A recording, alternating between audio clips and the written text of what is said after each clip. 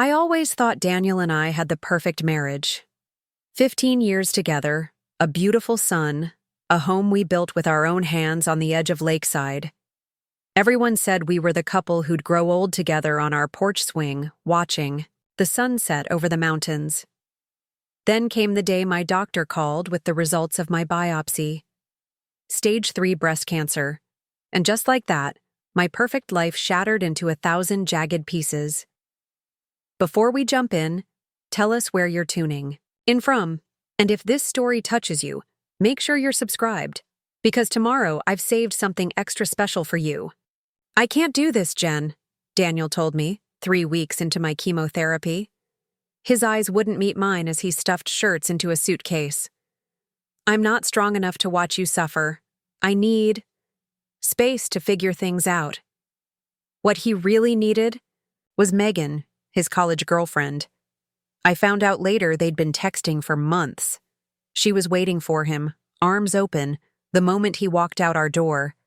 But what Daniel didn't realize when he abandoned me at my weakest moment, he never read the fine print on our insurance policy, the one that listed me as the sole beneficiary of a $5 million life insurance plan, the one that contained our property rider, the one that would end up changing everything.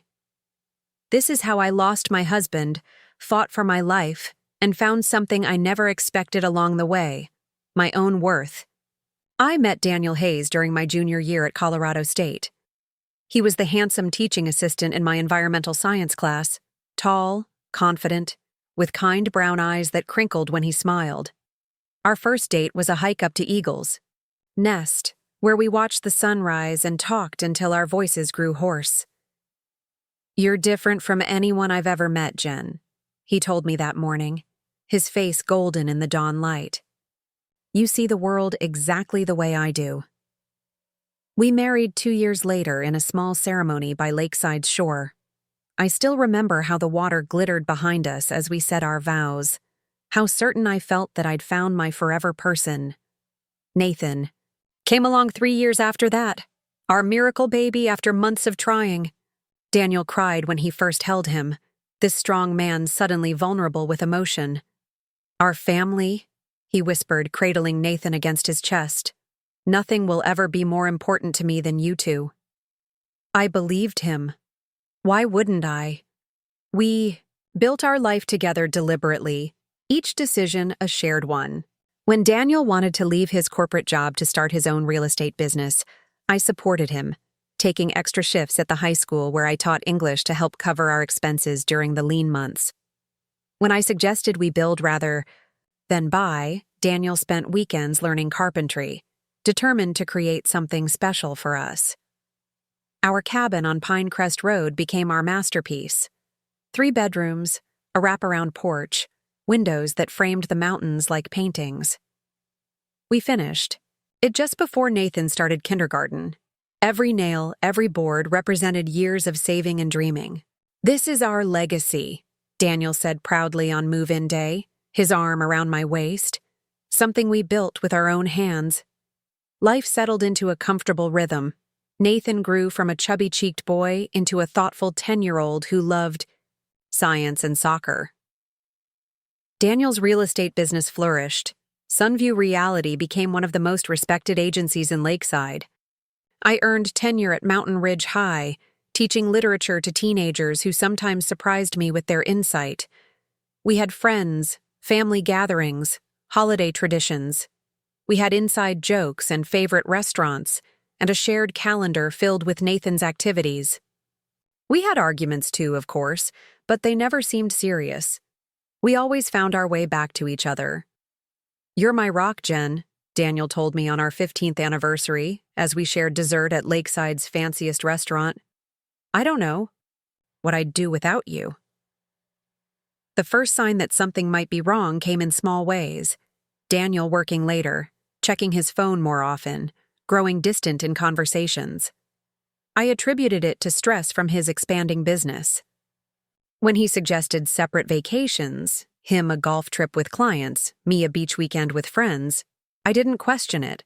We were secure enough for independence, weren't we? Then came the mammogram, a routine checkup that felt anything but routine when the technician's face changed, when she called the doctor in for a second look, when words like abnormality and further testing entered the conversation. "It's probably nothing," I told Daniel that night, trying to keep my voice steady. "They just want to be thorough." He hugged me, but something felt off. His embrace slightly stiff, his reassurance a beat too delayed. "Whatever happens, we'll handle it together," he said. 1 week later, I sat in Dr. Chen's office, listening as she explained my diagnosis. Invasive ductal carcinoma. Stage 3. Aggressive. "We need to start treatment immediately," she said gently. "But Jennifer, I want you to know we have excellent protocols for this. Many women with similar diagnoses go on to live long, healthy lives." I nodded, trying to absorb what she was telling me. My mind raced to practical concerns. How would I continue teaching? What would we tell Nathan? Could we afford this? How would Daniel cope? When I called him from the hospital parking lot, his response seemed appropriate: shock, concern, promises to be by my side. He even met me at home early, hugging me tightly as I collapsed into tears. "We're going to beat this," he whispered fiercely. "I'll handle everything else. You just focus on getting better." For the first 2 weeks, Daniel was perfect.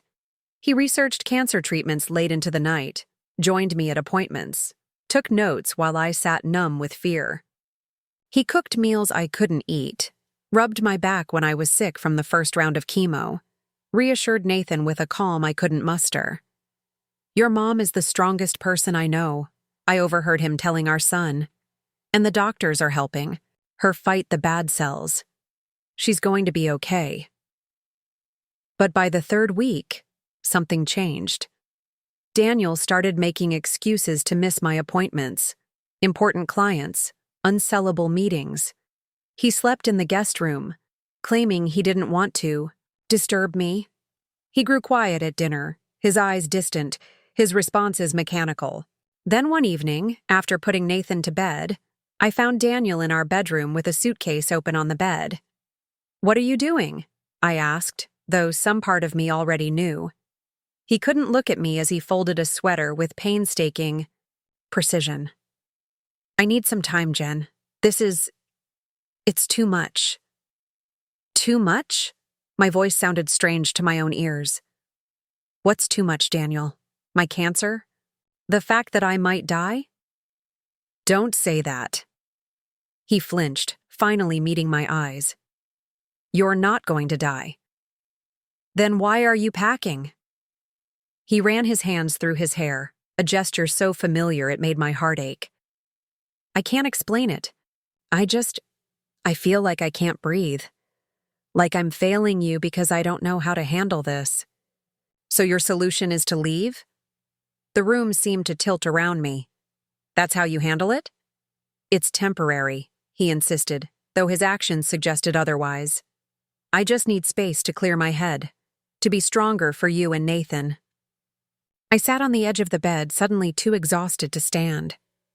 The chemo had left me drained, my body no longer entirely my own. "Where will you go?" He hesitated, and in that pause, I heard the truth he wasn't saying. "It's Megan, isn't it?" The name felt bitter on my tongue. His college girlfriend. The one he'd dated for 3 years before me. The one who'd moved back to Lakeside last summer. His silence was confirmation enough. "How long?" I asked. "It's not what you think. We've just been talking." Preparing and narrating this story took us a lot of time, so if you are enjoying it, subscribe to our channel. It means a lot to us. Now back to the story. "She understands what I'm going through." I laughed, a harsh sound with no humor. "What you're going through?" "Daniel, I'm the one with cancer." "I know." He zipped the suitcase closed. "I know how selfish this sounds. I hate myself for it. But I need to figure things out before I can be what you need." "Nathan, I'll explain it to him. I'll tell him I'm not leaving him, just taking a break. He can stay with me on weekends. I stood then, anger temporarily overcoming weakness.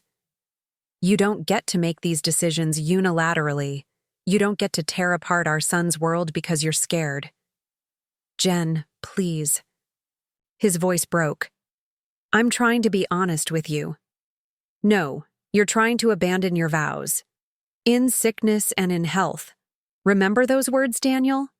They weren't just pretty phrases for our wedding photos. He picked up the suitcase. I'll call you tomorrow. We'll figure out the details then. And just like that, he walked out. 15 years of marriage, condensed to a 5-minute conversation and the sound of his car starting in the driveway. I sank to the floor, my body shaking with sobs I couldn't control. How was this happening? How could the man who'd promised to love me forever leave the moment I needed him most? Later that night, after crying until I had no tears left, I called Olivia. She arrived within 20 minutes, her face a mask of fury when I explained what had happened. That absolute bastard, she fumed, pulling me into a fierce hug. Let me stay with you tonight. You shouldn't be alone. Nathan? We'll be fine. Seeing his favorite aunt at breakfast. We'll figure out what to tell him tomorrow. She helped me to bed, bringing water and the anti-nausea medication I needed to take. As I drifted into uneasy sleep, I heard her on the phone in the hallway, her voice low but intense. I don't care what excuses he's making, Thomas. He's left her while she's going through chemo. No, I'm staying here tonight. Yes, of course I'll keep you updated.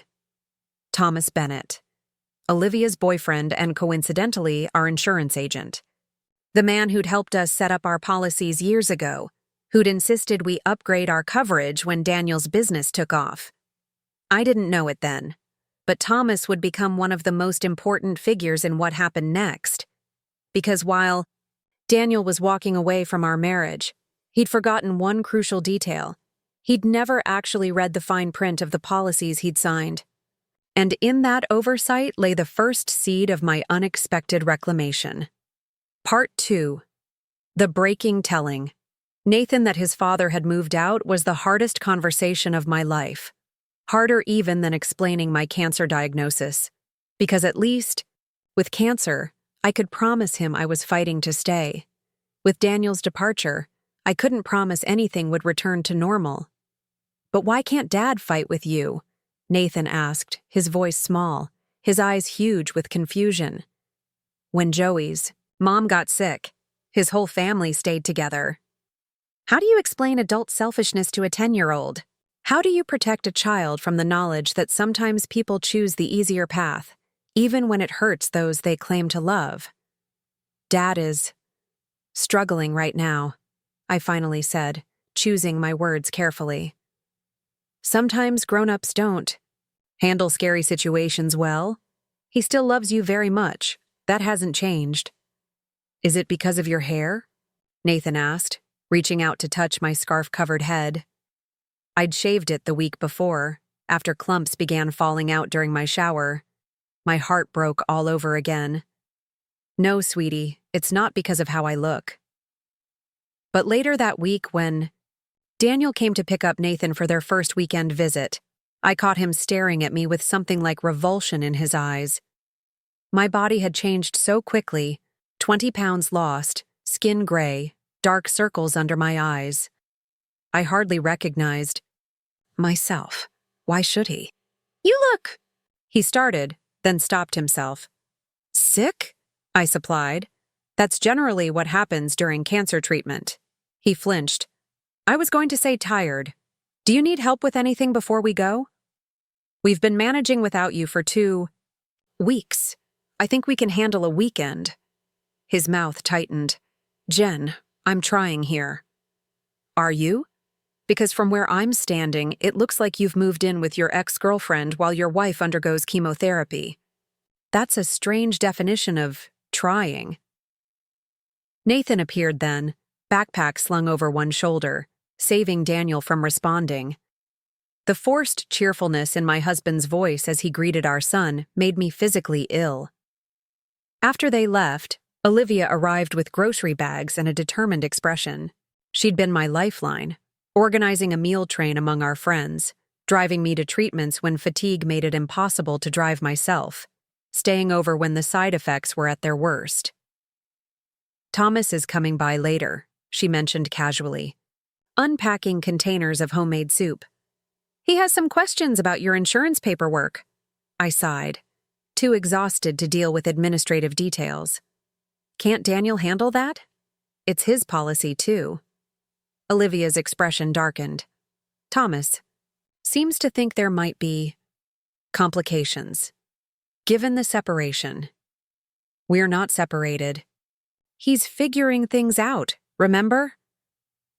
The bitterness in my voice surprised even me.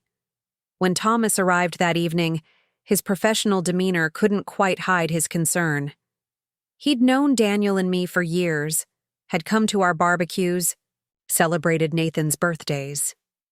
Jennifer, he said, setting his briefcase on the dining table. How are you feeling today? It was a loaded question.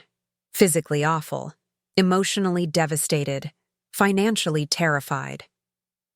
I've been better, I said simply. He nodded, understanding all I wasn't saying. I need to discuss some important matters. Regarding your insurance situation, given Daniel's current living arrangements, there are provisions we should address. For the next hour, Thomas walked me through documents I'd signed years ago but never fully comprehended. Our life insurance policies, our property insurance, the riders and clauses and addendums that suddenly seemed critically important. Here's what you need to understand, Thomas said, pointing to a specific paragraph. When Daniel established his business, we set up a specialized policy to protect your family assets. You're listed as the primary beneficiary, with full rights to all covered properties and financial instruments in the event of his death, or, he paused, his finger underlining a particular sentence, permanent separation. I stared at him, trying to process what he was saying. What exactly does that mean? It means that if Daniel chooses to legally separate from you, control of the policy and its benefits transfers exclusively to you, including the property rider covering your home and the cabin in Grand Lake. The cabin, our vacation property, that Daniel's parents had helped us purchase as an investment. The one place Daniel loved more than our main home. That can't be right, I said. Daniel would never have agreed to that. Thomas's smile was thin. He didn't read the fine print. When I suggested this provision, he was focused on expanding. Sunview. He signed where I indicated, assuming it was standard language. Olivia, who had been silently listening, spoke up. Is that even legal? Completely, Thomas confirmed, and ethically sound. The provision was designed to protect Jennifer and Nathan from business creditors in worst-case scenarios. It just happens to apply equally well to current circumstances. I rubbed my temples, trying to think through the fog of chemo drugs. So what are you suggesting I do with this information? Thomas closed his briefcase with a decisive click. Nothing for the moment. But Daniel contacted me yesterday, asking about changing beneficiaries on his life insurance. I felt you should be aware of your actual legal position before he makes any ill-informed decisions. After Thomas left, Olivia sat beside me on the couch, her expression thoughtful. You realize what this means, right? Daniel can't just walk away without consequences. I don't want to trap him, I said quietly, if he doesn't want to be with me. This isn't about wanting, Olivia interrupted fiercely. This is about responsibility. He made vows. He signed contracts. He doesn't get to abandon those, because things got difficult. I looked down at my thin wrists, the veins prominent beneath pale skin. Do you think he's coming back? Once the shock wears off? Her silence told me everything. The answer became clearer the following week, when Daniel arrived to drop Nathan off. He lingered in the doorway, seemingly working up to something important. Jen, we need to talk about practical arrangements, he finally said. I've been looking at apartments closer to Nathan's school, but in the meantime, you're staying with Megan, I finished for him. Let's not pretend otherwise. He had the grace to look uncomfortable. It's complicated. No, it's actually quite simple. You've chosen someone else over your family. That's not fair. I'm still committed to being Nathan's father. Part-time. Parenting isn't the same as being there every day, but you've made your choice. He ran a hand through his hair, frustration evident. Look, I came to discuss finances. I know you're worried about medical bills. I've spoken with my accountant, and I can provide monthly support that should cover. I don't want your money, I cut in, surprising myself with the conviction in my voice. I want my husband, but since that's apparently not an option, I'll manage on my own. Don't be stubborn. Your medical leave won't cover everything. I'm trying to do the right thing here. I laughed, a hollow sound. The right thing? Daniel, you left me 3 weeks into chemotherapy. You moved in with your ex-girlfriend. You've blown up our son's sense of security when he needed it most. Don't talk to me about doing the right thing. His expression hardened. I see Thomas has been filling your head with ideas. He called me, making veiled threats about insurance policies and legal obligations. Thomas is doing his job, something you seem to have forgotten about. Is that what this is about? You think I've abandoned my responsibilities? I'm offering financial support, regular time with Nathan. What you're offering are crumbs, I said quietly. Pieces of what should have been whole. Go back to Megan, Daniel. We'll discuss the rest through lawyers. His eyes widened. Lawyers? Jen, we don't need to make this adversarial. You made it adversarial the moment you packed your suitcase. After he left, I sat at the kitchen table, staring at the family photos still displayed on our refrigerator. Happy moments frozen in time, camping trips, birthdays, beach vacations. A family that no longer existed. The next day brought new troubles.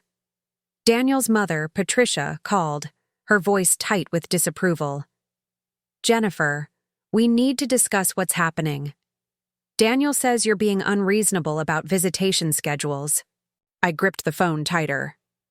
Hello to you too, Patricia. Yes, my cancer treatment is going as well as can be expected. Thanks for asking. Her brief pause suggested at least a flicker of shame. Of course we're concerned about your health, but we're also concerned about this situation with Daniel. He says you're threatening legal action?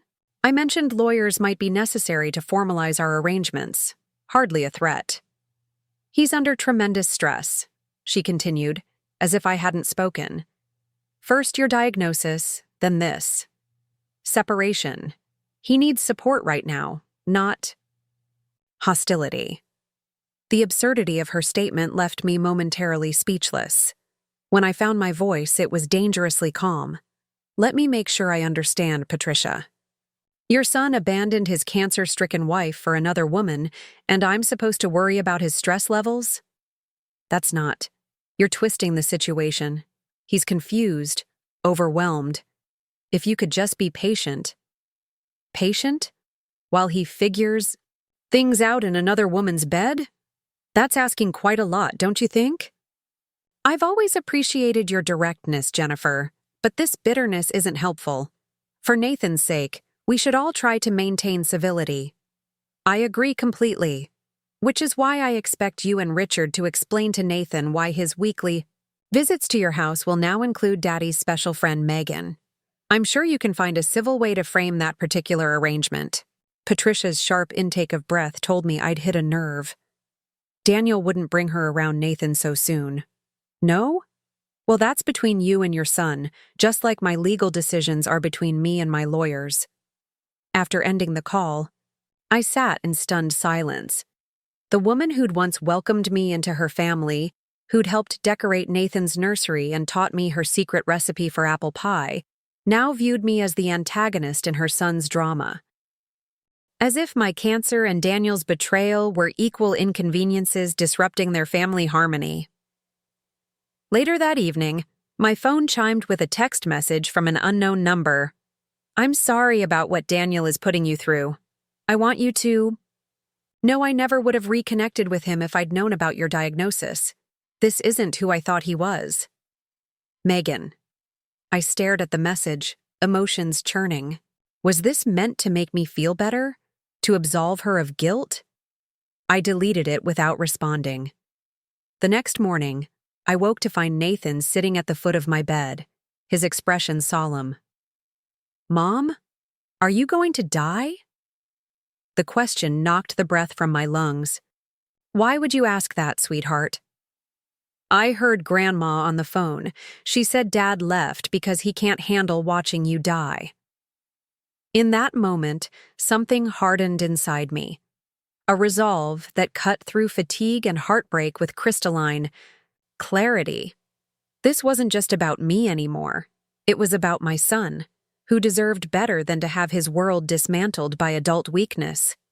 "Nathan, look at me," I said, sitting up and taking his hands in mine. "I am not planning to die. I'm fighting this cancer with everything I have, and the doctors are helping me. What Grandma said was wrong. Dad didn't leave because I'm sick. He left because he made choices that have nothing to do with you or even with my illness. But he's not coming back, is he?" The simple question deserved an honest answer. "I don't think so, no." Nathan nodded, absorbing this truth with a maturity that broke my heart. "Then we'll be okay without him."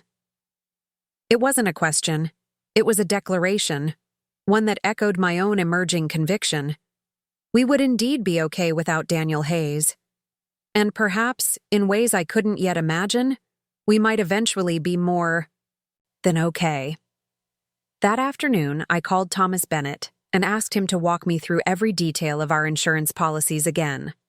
This time, I took notes. "I need to understand exactly what options I have," I told him. "Not just for protection, but for leverage." Thomas's smile was knowing. "I was hoping you'd call. There are several provisions I think you'll find particularly interesting." By the time our conversation ended, I had a much clearer understanding of the financial infrastructure Daniel had inadvertently built, and the power it gave me to protect what was rightfully mine. The weeks that followed Daniel's departure blurred together in a haze of medical appointments and legal consultations. My body waged war against both cancer and chemotherapy, while my mind struggled to reconcile the collapse of my marriage with the practical realities of single parenthood. Some mornings, the simple act of getting Nathan to school felt like scaling a mountain. But mountains, as it turns out, can be climbed one step at a time. Thomas became my unexpected guide through the labyrinth of financial entanglements Daniel had left behind. We met weekly at my kitchen table, surrounded by policy documents and legal pads filled with notes. "The property rider is particularly interesting," Thomas explained during one such session, sliding a document toward me. "When you purchased the cabin in Grand Lake, Daniel added it to your homeowner's policy under a special provision, joint tenancy with right of survivorship." "Which means what exactly?" I asked, pushing aside a half-empty cup of ginger tea. The nausea had been particularly bad that day, making it difficult to focus. "It means the property is indivisible. Neither owner can sell or transfer their interest without the other's consent, and if one owner leaves the picture, the other automatically inherits full ownership." I raised an eyebrow. "Leaves the picture? You mean dies?" "Not necessarily," Thomas replied, his expression carefully neutral. "The provision also applies if one party breaches the terms of joint ownership, which, according to this rider, includes abandonment of the family residence for more than 60 days without mutual agreement." I stared at him, processing the implications. "Daniel signed this?" "He did. It was his idea, actually, a way to protect the property from business creditors. He was quite concerned about asset protection when Sunview was just getting started. And now? Now he's been gone for 47 days. In 13 more, if he hasn't returned to the family residence, legal ownership of both properties would transfer solely to you. I pushed the document away, suddenly uneasy. This feels like a trap. It's not a trap, Jennifer. It's a legal mechanism Daniel himself put in place. He simply never imagined it would apply to him. I thought of the cabin, the Riverstone fireplace, the pine-scented air, the view of the lake from the back deck. It had been Daniel's sanctuary, his pride and joy. The place where Nathan caught his first fish, where we spent Christmas mornings opening presents in our pajamas. "He'll fight this," I said quietly. Thomas nodded, his face somber. "Yes, once he realizes the situation. But the language is quite clear, and he signed it willingly. These aren't technicalities, Jennifer. They're contractual obligations he entered into freely." That evening after Nathan was asleep, I sat on the porch swing Daniel had built for our 10th anniversary. The night air carried a hint of pine and distant wood smoke, reminiscent of our cabin. I thought about Thomas's revelations, about the unexpected power I now held, and wondered if using it would make me no better than Daniel. Then my phone chimed with a text from Daniel. "Megan and I are taking Nathan to the cabin next weekend. Pack his fishing gear. Not a request, not a conversation. A statement of entitlement from the man who'd walked away from our family but still expected access to all its benefits." I typed back, "We need to talk first, in person." His response came, quickly. "About what?"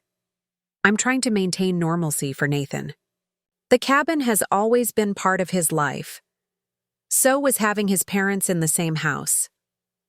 Things change. 3 dots appeared, disappeared, then reappeared. Don't make this difficult, Jen. I'm trying my best here." I turned off my phone without responding, the decision crystallizing in my mind. Daniel needed to understand that choices had consequences, that trying his best wasn't enough when his best involved abandoning his wife during cancer treatment. The following day, I contacted a family lawyer Olivia had recommended, Catherine Walsh, a formidable woman with a reputation for protecting vulnerable spouses during separation proceedings. "So he left you during cancer treatment, moved in with another woman, and now wants to take your son to your jointly owned vacation property," Catherine summarized after I explained the situation. "And he's unaware of the 60-day abandonment clause in your property rider." "Yes," I confirmed. "Thomas Bennett, our insurance agent, brought it to my attention." Catherine made a note on her legal pad. "Thomas Bennett. I know him." "Good." "Man, very detail-oriented." She looked up, her gaze direct.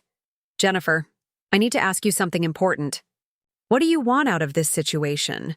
Revenge? Financial security? Co-parenting stability? Your answer will determine how we proceed." The question caught me off guard.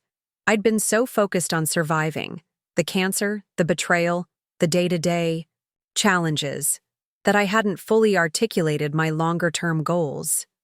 I paused, gathering my thoughts. I want Nathan to be secure. I want to keep our home. I want Daniel to understand that he can't just discard his responsibilities and still enjoy the privileges of family life. And the cabin? It sounds like a significant asset. I thought about the memories embedded in that place, both beautiful and, now, painful. I don't know. Part of me wants to keep it for Nathan's sake. Part of me never wants to set foot there again. Catherine nodded. "Here's what I suggest. We don't reveal the abandonment clause yet. Instead, we use it as leverage to negotiate a comprehensive separation agreement that protects your interests. The cabin can be a bargaining chip." "That feels manipulative," I admitted. "It's strategic," she corrected gently. "Daniel made choices that prioritized his needs over your family's well-being. You're simply ensuring those choices don't also destroy your financial security and your son's future." I left Catherine's office with a clearer sense of direction and a scheduled meeting with Daniel for the following day. When I texted him to confirm, his response was terse. Fine. 2 p.m. But I'm bringing my lawyer. His lawyer turned out to be Martin Reynolds, a silver-haired man with an expensive suit and a reputation for representing Lakeside's wealthiest divorce clients. We met at Catherine's office, the four of us seated around a conference table that suddenly felt like a battlefield. Let's be clear about why we're here, Martin began, his tone smoothly professional. Daniel wants to formalize temporary arrangements for Nathan's care and visitation while you both decide next steps. He's offering generous financial support during this difficult time. Catherine placed a hand on my arm, a subtle signal to let her respond. We appreciate that, Martin, but before discussing specifics, we need to address some concerning patterns. Daniel has been making unilateral decisions about family assets without consultation, specifically planning trips to jointly owned property without Jennifer's input or consent. Daniel shifted uncomfortably. The cabin has always been a family place. I didn't think it would be an issue. It became an issue, I said quietly. When you decided we weren't a family anymore. Martin interjected smoothly. Obviously, emotions are running high, but the cabin is jointly owned. Daniel has every legal right to use it. Actually, Catherine replied, sliding a document across the table, that's not entirely accurate. I'd like you both to review paragraph 7 of the property rider attached to the Hayes' homeowner's policy. I watched Daniel's face as he read the document, his expression shifting from confusion to disbelief. This can't be enforceable, he said, looking up at Martin. I never agreed to this. Martin took the document, scanning it with narrowed eyes. Where did this come from? It's been in place for years, Catherine answered, since the cabin was purchased and added to the family's insurance policy. Daniel signed it himself. I never read this part, Daniel protested, color rising in his face. Thomas never explained. Thomas did his job, I interrupted. You chose not to read what you were signing. That's hardly his fault. Martin and Catherine exchanged glances, the dynamic in the room shifting perceptibly. Let's take a step back, Martin suggested. What exactly are you proposing here, Catherine? We're proposing a fair and comprehensive separation agreement that acknowledges Jennifer's current health challenges and prioritizes Nathan's stability. This would include Jennifer retaining the family home, primary custody of Nathan with generous visitation for Daniel, and adequate financial support during Jennifer's recovery and treatment. And the cabin? Daniel asked, his voice tight. Catherine looked at me, letting me answer. I don't want to take the cabin from you, Daniel, but I do want you to understand that actions have consequences. You can't dismantle our family and still expect everything to remain convenient for you. So you're using this clause to blackmail me? No, I said firmly. I'm asking you to see this situation from my perspective. You left me during cancer treatment to be with another woman. Now you want to take our son to our family cabin with that woman. Can you understand why that feels wrong to me? The room fell silent. Martin whispered something to Daniel, who shook his head sharply. What do you want, Jen? Daniel finally asked, his tone defeated. I want us to create a formal separation agreement that protects Nathan and ensures I can focus on my health without constant financial worry. Once that's in place, we can discuss shared use of the cabin, with appropriate boundaries. Daniel looked away, jaw tight. And if I refuse? Then in 13 days, according to that document you signed, sole ownership of both properties will transfer to Jennifer, Catherine stated matter-of-factly. I don't think that's the outcome anyone wants. The meeting ended with an agreement to draft terms, but Daniel's parting look, a mixture of betrayal and resentment, stayed with me. As did his final words, delivered in a low voice as we left the conference room. I never thought you'd use legal technicalities against me. This isn't you, Jen. Cancer isn't me either, I replied quietly. Neither is being abandoned by my husband. We're both doing things we never anticipated. That night, the enormity of what had transpired hit me hard. I sat on the bathroom floor after a particularly brutal round of post-chemo nausea, too weak to stand, wondering if I'd crossed some moral line. Was I using Daniel's oversight against him unfairly? Was I becoming bitter, vindictive, the angry cancer patient people would whisper about with pity? A gentle knock on the bathroom door interrupted my thoughts. "Mom?" Nathan called softly. "Can I come in?" I quickly wiped my mouth and flushed the toilet. "Just a minute, sweetheart." After rinsing my face and mouth, I opened the door to find my son standing there in pajamas, his expression solemn. "I brought you some water," he said, offering a glass. "Olivia said it helps after you get sick."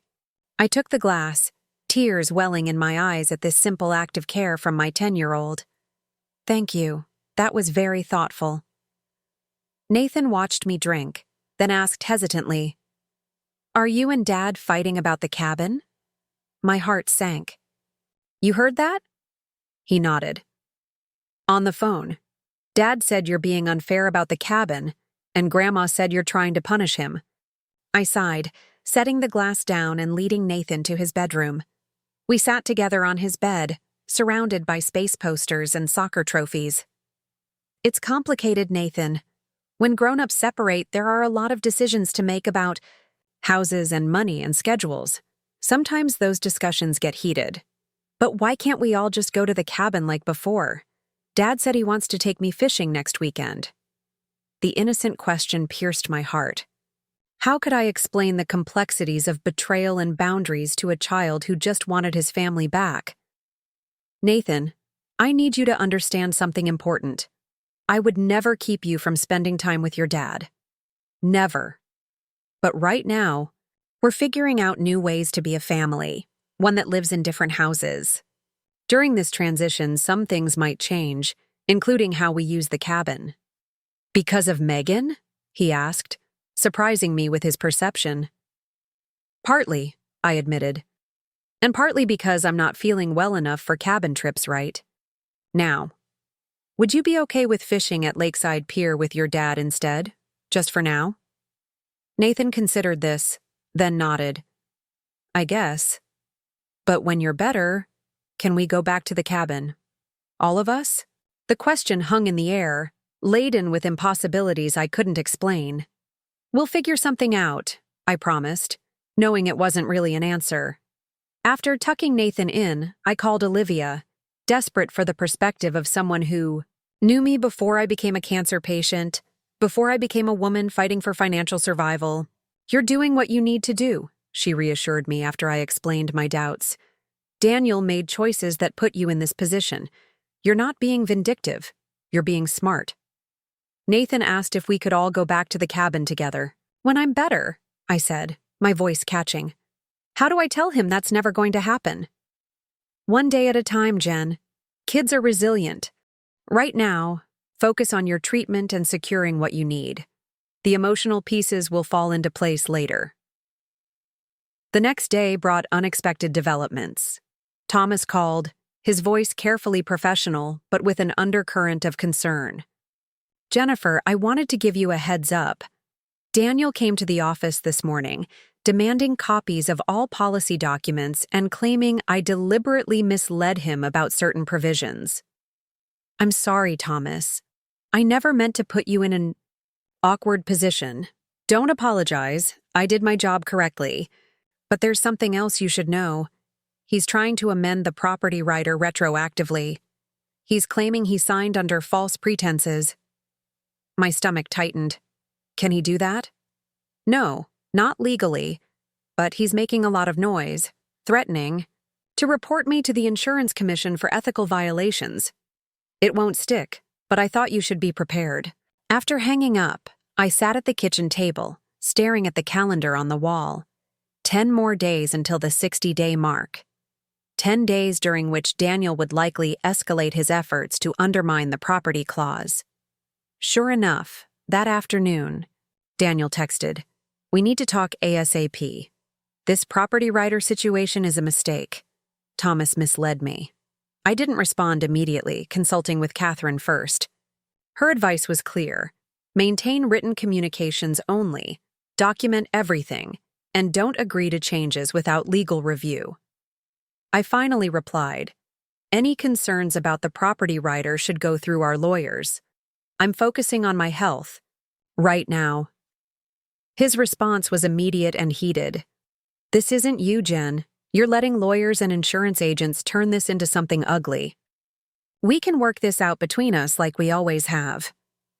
The irony of his appeal to our past problem-solving dynamic wasn't lost on me. Like we worked out your decision to leave during my cancer treatment, or your move to Megan's house? Those didn't involve much discussion. That's not fair. I was in shock.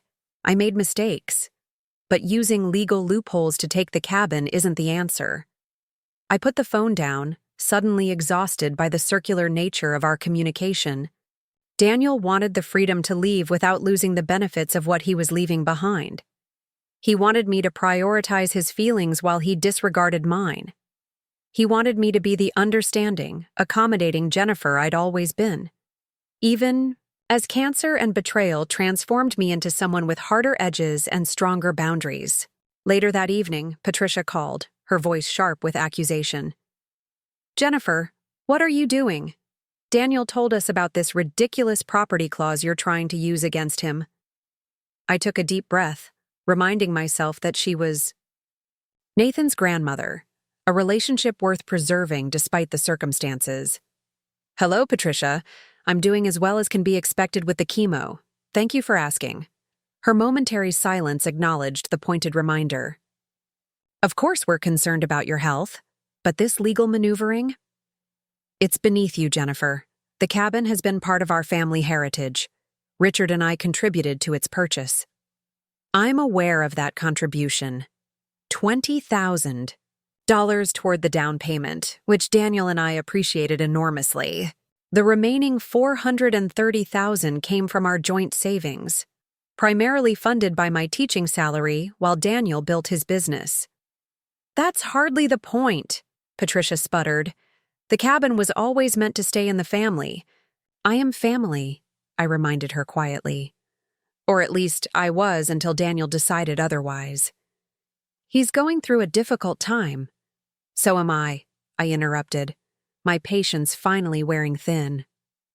I'm going through cancer treatment without my husband's support because he chose to move in with another woman. If we're comparing difficult times, Patricia, I think mine might edge out Daniel's midlife crisis. This vindictiveness isn't helping. Anyone, she insisted, especially not Nathan. You know what would help Nathan? Having his father honor his commitments. Having his grandparents acknowledge that his mother is fighting for her life while his father abandoned ship. Having adults who demonstrate that promises and vows actually mean something. The silence that followed was heavy with unspoken accusations. Finally, Patricia spoke, her voice strained. Richard and I want to see Nathan this weekend. Will that be a problem? Of course not. Nathan loves you both, and that hasn't changed. You're welcome to pick him up Saturday morning. I only ask that you don't disparage me in front of him or make promises about the cabin that might not be kept. After ending the call, I found myself trembling. From anger, from exhaustion, from the relentless chemical assault on my body. I curled up on the couch, pulling a blanket around my shoulders, and allowed myself the luxury of tears. How had everything fallen apart so completely? 6 months ago, I'd been a happily married teacher with a loving family and a future that seemed secure. Now I was a cancer patient, fighting legal battles with the man who had promised to love me through sickness and health. The next morning brought new challenges. Dr. Chen called with my latest test results, her voice carefully neutral. The tumor isn't responding to the current chemotherapy protocol as well as we'd hoped, Jennifer. I'd like to discuss adjusting your treatment plan. I sat at the kitchen table, phone pressed to my ear, listening as she outlined more aggressive options, stronger drugs, more frequent infusions, additional medications to counter the escalating side effects. What about my teaching? I asked, thinking of the fall semester I'd hoped to return for. Will I be able to go back to work in September with this new protocol? Dr. Chen's hesitation told me everything. Let's focus on your response to treatment. Before making plans, the next 3 months will be crucial. 3 more months of intense treatment. 3 more months of being too sick to work, too weak to maintain normalcy for Nathan. 3 more months of financial strain that Daniel's generous support didn't fully address. The conversation with Dr. Chen crystallized something I'd been avoiding. This wasn't a temporary setback. Cancer had rewritten the script of my life in ways that went beyond my marriage. My career, my independence, my future, all hung in the balance. That afternoon, I met with Catherine to review the draft separation agreement her office had prepared. The terms were comprehensive. I would retain the family home and primary custody of Nathan.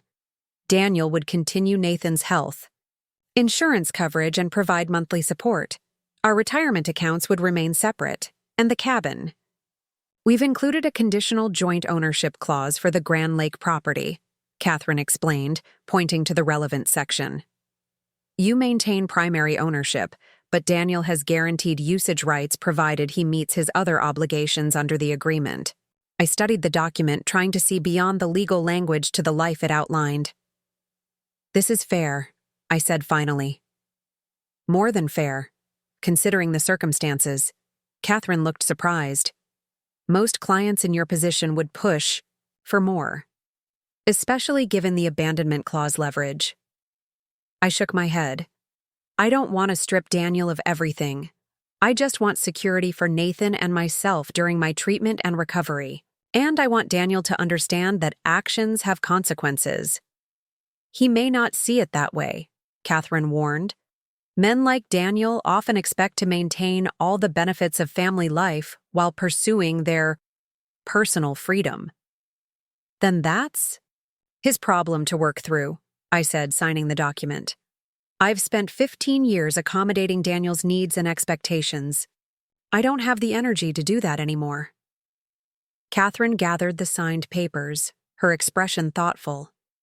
You've changed since our first meeting. There's a clarity to your decisions now. I considered this, realizing she was right. Something had shifted in me, not just physically from the cancer treatment, but emotionally and psychologically. The woman who had built her life around being Daniel's supportive wife and Nathan's nurturing mother was evolving into someone who recognized her own worth independent of those roles. Cancer changes your perspective, I said simply. So does betrayal. The next day, Martin Reynolds called Catherine to arrange a meeting for Daniel to review the separation agreement. The timing wasn't accidental. 7 days remained until the 60-day abandonment clause would take effect. Daniel was feeling the pressure. We met again in Catherine's office, the tension palpable as Daniel reviewed the document, his lawyer whispering occasional comments in his ear.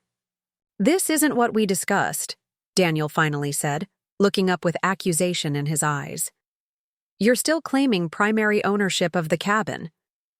With guaranteed usage rights for you, Catherine pointed out, provided you maintain your other obligations under the agreement. It's my cabin too, Daniel insisted. I found the property. I oversaw the renovations. My parents contributed to the down payment. And it would remain yours to use, I said calmly.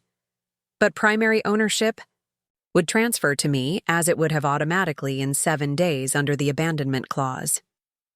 Daniel threw the document down, frustration evident.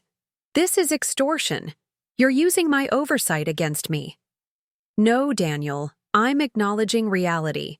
You chose to leave our marriage. That choice has consequences. Legal, financial, and emotional ones. This agreement actually preserves more of your rights than you would have had if we simply let the abandonment clause take effect. Martin placed a restraining hand on Daniel's arm, murmuring something I couldn't hear. Daniel shook his head sharply, then looked directly at me. What happened to you, Jen? This calculating, cold approach. This isn't the woman I married. The question hung in the air, its accusatory tone igniting something fierce inside me. I leaned forward, meeting his gaze steadily. What happened to me? Cancer happened. My husband abandoning me happened. Realizing I might die while you build a new life with Megan? Happened. And you know what else happened? I discovered my own strength.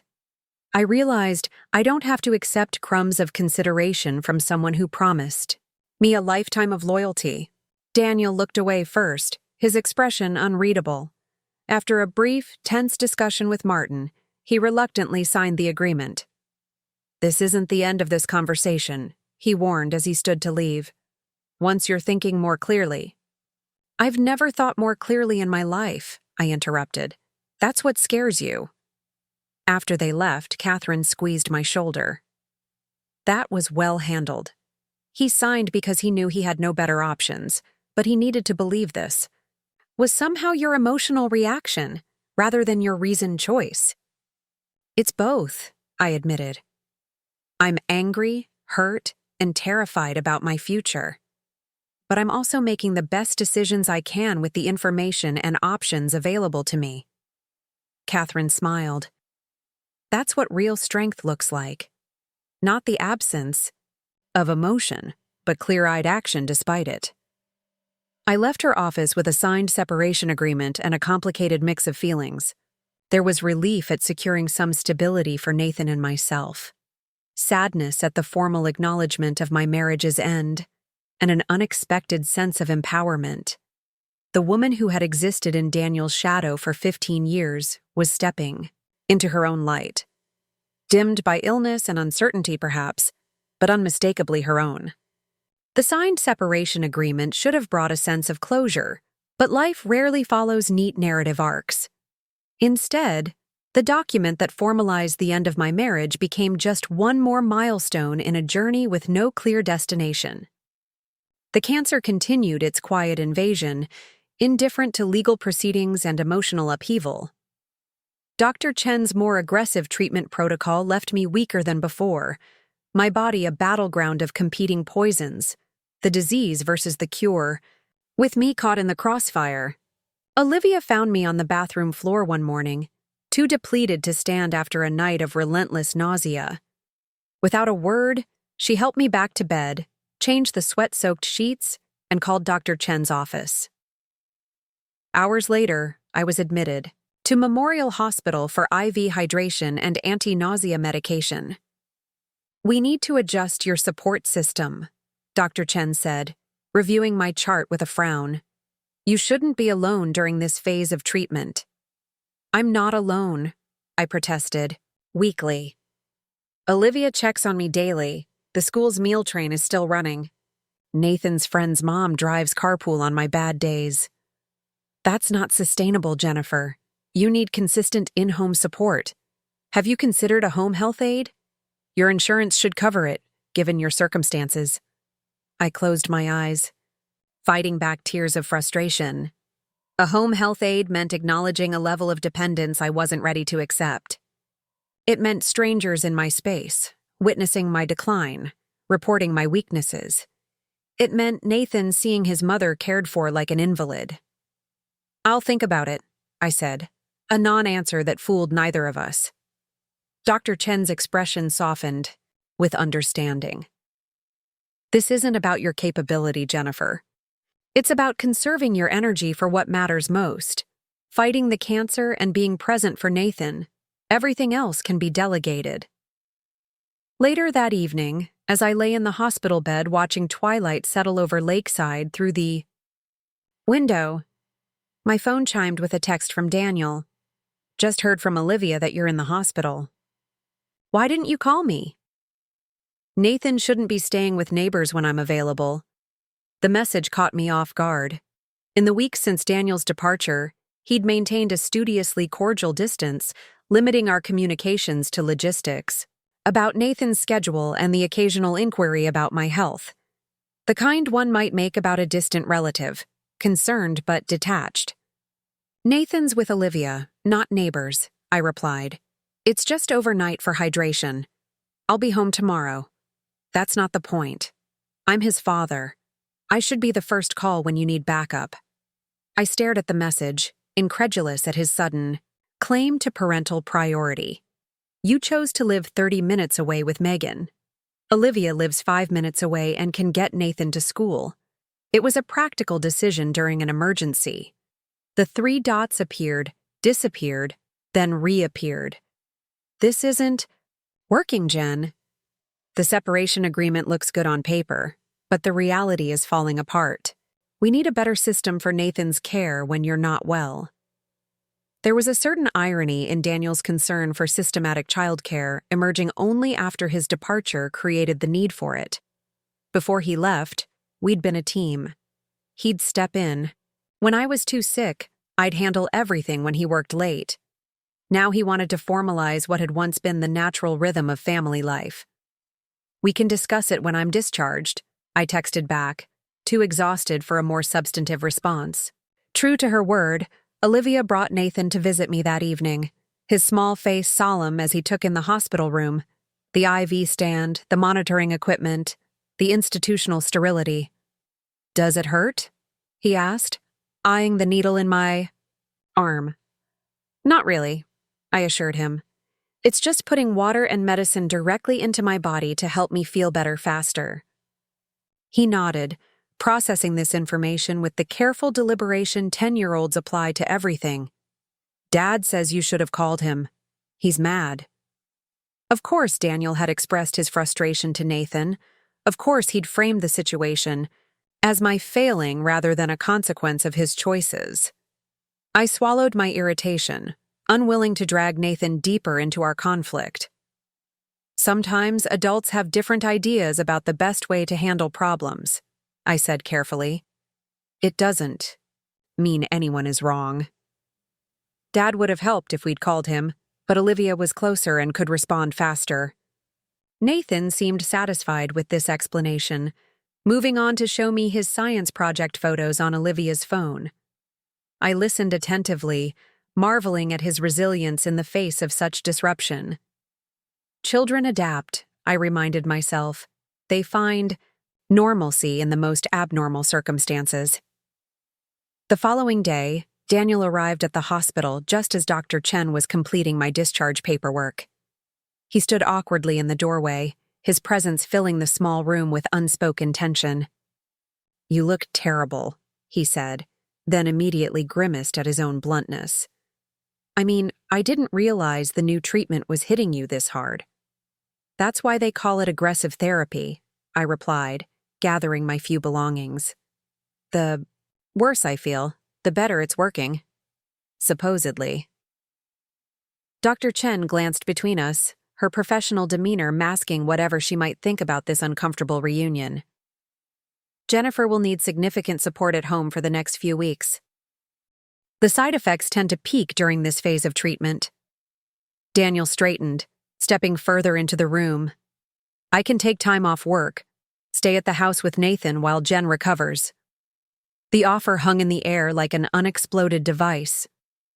Dr. Chen looked to me for a response, clearly recognizing the complexity beneath the surface. "That's not necessary," I said quietly. "I'm arranging for home health support." Daniel's expression hardened. "Strangers in the house instead of family? That's your solution?"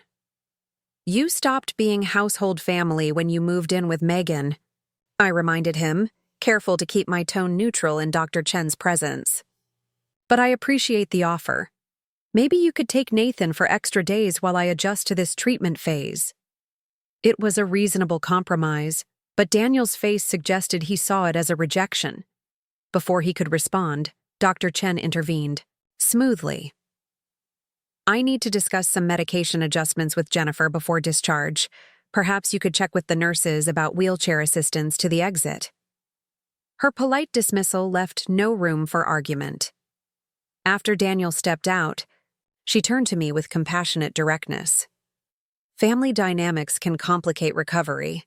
If your ex-husband's involvement creates stress, we need to factor that into your care plan." "He's not technically my ex yet," I said, the distinction suddenly important. "Just separated." The terminology matters less than the impact. on your well-being. Stress compromises immune function, which compromises treatment efficacy. She handed me a prescription. This is for a mild anti-anxiety medication. Use it when needed, especially before potentially difficult interactions. I pocketed the prescription, wondering when my emotional responses had become clinical concerns to be medicated away. I'm not anxious. I'm angry. There's a difference. There is, Dr. Chen agreed, but both consume energy you can't spare right now. The drive home with Daniel was an exercise in strained civility. He kept the conversation focused on practical matters: Nathan's upcoming soccer tournament, the yard maintenance that needed attention, the leaking gutter he'd noticed during his last visit.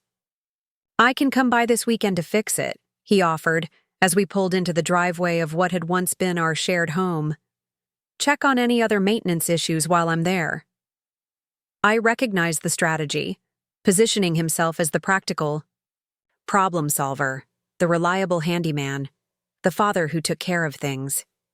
It was a role he'd always played comfortably, one that allowed him to feel useful without demanding emotional engagement. Thank you. But Peter from next door already looked at it, I said, gathering my hospital bag. He's replacing the section this Saturday. Daniel's hands tightened on the steering wheel. Peter? Since when does Peter handle our home repairs? Since you moved out and he noticed the water damage forming on the exterior wall, I replied. Too tired to soften the truth. He offered to help. I accepted. I'm still responsible for this house, Jen. The separation agreement established financial responsibilities, not who climbs ladders to replace gutters. I opened the car door, eager to end the conversation. Besides, aren't you taking Megan to Denver this weekend? Nathan mentioned it during his last overnight with you. Daniel had the grace to look uncomfortable. That was tentative. I can reschedule. Don't bother. Peter's already bought the materials. I stepped out of the car, then paused. But thank you for the ride home. Inside, I found Olivia had been busy. Fresh flowers on the kitchen table, a pot of soup simmering on the stove, clean sheets on my bed. The small touches of care brought unexpected tears to my eyes. You're back, she exclaimed, emerging from the laundry room. I wasn't expecting you for another hour. How was the drive with Daniel? Predictably awkward, I admitted, sinking into a kitchen chair. He's suddenly very concerned about house maintenance and childcare systems. Olivia snorted. Amazing how divorce clarifies men's understanding of domestic labor. She poured me a cup of tea. Thomas called while you were en route. He wants to stop by this evening to discuss some insurance updates. I told him 7:30 would work if you're up for it. Insurance updates? That sounds ominous. He said it wasn't urgent, just some paperwork that needs attention before your next treatment cycle. She studied my face. You look exhausted. Why? Don't you rest before Nathan gets home from school? I'll wake you when Thomas arrives. I nodded gratefully, the simple act of climbing the stairs to my bedroom requiring more energy than it should. Sleep came instantly, dreamless and deep, my body surrendering to the fatigue that had become my constant companion. When I awoke, the quality of light had changed.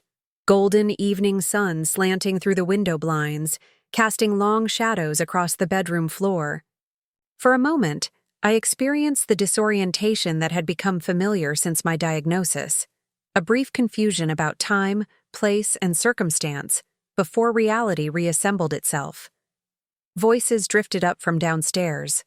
Olivia's bright tone, Nathan's, higher pitch, and a deeper masculine rumble that I recognized as Thomas's. I checked the clock. 7:45. I'd slept longer than intended. After splashing water on my face and changing into fresh clothes, I made my way downstairs to find them gathered around the kitchen table. Nathan was showing Thomas his science project, something involving plant growth under different light conditions, while Olivia prepared a plate of food. There she is, Thomas said warmly as I entered. Feeling more rested? Much, I replied. accepting the plate Olivia handed me. Sorry to keep you waiting. No apologies necessary. Nathan's been explaining photosynthesis to me in impressive detail. He winked at my son, who beamed with pride. Mom, Thomas says I should be a scientist when I grow up, Nathan announced. He says I ask excellent questions. He's absolutely right, I agreed, ruffling Nathan's hair. You're the most curious person I know. Olivia glanced at her watch. Nathan, it's nearly time for your video call with Dad. Why don't you get set up in the study while your mom talks with Thomas? After Nathan left, Thomas pulled a folder from his briefcase. I wanted to review some updates to your insurance coverage before your next treatment cycle begins. The hospital billing department flagged a potential issue that I've resolved, but it requires your signature. He explained the technical details, something about in-network providers and pre-authorization requirements, as I signed the necessary forms. But I sensed there was more to his visit than paperwork. Is that all? I asked when the insurance matters were settled. You could have emailed these documents. Thomas exchanged a glance with Olivia before responding. There's something else we wanted to discuss, but it's delicate. It concerns Daniel. My stomach tightened. What's he done now? He came to my office yesterday, asking about modifying the life insurance policy. Currently, you're the primary beneficiary of his $5 million policy, with Nathan as the secondary beneficiary. Let me guess, he wants to make Megan a beneficiary. Thomas shook his head. Not exactly. He wants to remove you entirely and make Nathan the sole beneficiary, with Megan as the trustee who would manage the funds until Nathan turns 25. The implications hit me like a physical blow. Daniel wanted to erase me as his beneficiary. Understandable given our separation. But his choice of Megan as trustee for Nathan's inheritance felt like a deliberate erasure of my role as mother. Can he do that? I asked, my voice steadier than I felt. Legally, yes. The policy is in his name, and he has the right to change beneficiaries. Thomas hesitated. However, there's a provision in your separation agreement that might be relevant. Section 12B requires both parties to maintain existing life insurance with current beneficiary designations for a minimum of 1 year following separation. I vaguely remembered Catherine pointing out that clause, explaining it was standard practice to prevent hasty financial decisions during the emotional upheaval of separation. So he can't make this change for another 10 months, I concluded. Not without violating the agreement, Thomas confirmed. I reminded him of this, which he didn't receive well. Olivia made a derisive sound. That's putting it mildly. Thomas said he threw a fit in the office, accusing you both of conspiring against him. He's under stress, Thomas added diplomatically. The separation, your illness, the new relationship. It's a lot of change at once. People don't always think clearly during such transitions. I pushed my barely touched plate away, appetite gone. Did you tell him you were informing me about this? Of course. I'm bound by professional ethics to be transparent with all parties. He knows I'm here.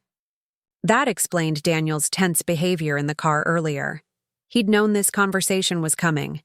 He'd been trying to reassert his position as family caretaker while simultaneously working to diminish my financial security. What should I do? I asked, looking between them. Legally? Nothing at this point, Thomas advised. The separation agreement protects your beneficiary status for now, but I wanted you to be aware of his intentions. Knowledge is power in these situations. After Thomas left, Olivia stayed to help with dishes while Nathan finished his call with Daniel. We worked in companionable silence until she spoke, her voice uncharacteristically hesitant. There's something else you should know. About Daniel. And Megan. I braced myself. They're engaged? She's pregnant? They're moving to Portugal? Nothing that dramatic, but they're house hunting. In Nathan's school district. I set down the dish I was drying, absorbing this news. How do you know? Thomas mentioned it. Apparently, Daniel applied for pre-approval on a mortgage loan through his financial advisor, who happens to play golf with Thomas. Small towns. Their greatest comfort and greatest curse was how information traveled through invisible networks of connection. Well, that makes sense, I said finally. The custody arrangement would be easier if Nathan could walk between houses. Probably better for him, too. Olivia studied me skeptically. That's very rational of you. What alternative do I have? Rage against Daniel for wanting to live near his son? That hardly seems productive. It's okay to have feelings. About it, Jen. About all of it. You don't have to be the understanding ex-wife who makes everything easier for everyone else. Her words penetrated the careful shell of composure I'd constructed. If I start feeling everything, I might never stop, I admitted quietly. And I can't afford to fall apart right now. Nathan needs stability. I need to focus on treatment. Everything else has to wait. Olivia wrapped her arms around me, a gesture so unexpected and gentle that I nearly broke down then and there. You're the strongest person I know, she whispered. But even the strongest people need safe places to be vulnerable. That night, after Nathan was asleep, I sat on the porch swing with a blanket wrapped around my shoulders, watching stars appear in the darkening sky. The medication Dr. Chen had prescribed remained untouched in my purse. I didn't want chemical, calm. I wanted to feel everything: the anger, the fear, the grief, the moments of unexpected peace, because feeling it meant I was still alive, still fighting. My phone buzzed with a text from Daniel. Thomas told me he spoke with you. I want to explain. I considered ignoring it, but curiosity won out. Explain what? Why you want Megan to control Nathan's inheritance instead of his mother? His response came quickly. It's not like that. I was trying to create a backup plan in case. The unfinished sentence hung there, its implication clear. In case I died. Daniel was planning for a world where I no longer existed, where Megan stepped into my role as Nathan's mother. I set the phone down without responding, unable to formulate words that wouldn't escalate the situation. The crickets chirped in the darkness, the porch swing creaked with my movement, and somewhere down the street a dog barked, normal sounds of a normal night in a world that continued spinning despite the dissolution of what I'd once considered permanent. The following morning brought a new complication. Patricia called, her voice tight with barely controlled emotion. Jennifer, I've just had a very disturbing conversation with Nathan. He says you're hiring strangers to live in the house? Some sort of medical people? I closed my eyes, counting to 5 before responding. Good morning, Patricia. I'm considering a home health aide to help during my treatment. It's something my oncologist recommended. Without consulting us? Without considering how this will affect Nathan, having strangers in his home during such a vulnerable time? The presumptive us grated on my nerves. Since when did my medical decisions require family committee approval? Nathan seems fine with the idea, I said calmly. We discussed it yesterday. The aide would help with meals and household management when I'm not feeling well, which means more consistent routines for Nathan, not less. That's what family is for, Patricia insisted. Richard and I can come stay. Or Nathan can come live with us temporarily while you recover. There's no need for hired help. The offer might have seemed generous if not for its transparent subtext. Patricia and Richard wanted Nathan in their home, away from the visible evidence of my illness, away from the disruption of cancer treatment, away from me. I appreciate the offer, I said, forcing warmth into my voice. But Nathan needs to stay in his own home, in his routine, with his friends nearby. The home health aide is the least disruptive option for him. Is this another control issue, Jennifer, like the cabin situation? Because if you're using your illness to manipulate access to Nathan, stop. My voice cut through her escalating accusations. I understand you're concerned about Nathan. So am I. But let me be absolutely clear. My medical decisions are not up for debate or approval. Not by you, not by Daniel, not by anyone except me and my doctors. Well, Patricia sounded affronted. I see how it is. When we offer help, we're interfering. When we step back, we're abandoning you. There's no winning with you anymore, Jennifer. The conversation ended as abruptly as it had begun, leaving me with a familiar hollow feeling in my chest. When had Daniel's parents become adversaries rather than family? How had cancer and separation transformed relationships that had once seemed solid and caring? Later that day, as I sorted through medical bills at the kitchen table, Dr. Chen's office called with my latest test results. The nurse's voice was professionally neutral, but I'd become attuned to the subtle cues that signaled bad news. Doctor, Chen would like you to come in tomorrow to discuss your response to treatment. Can you be here at 11 Dao?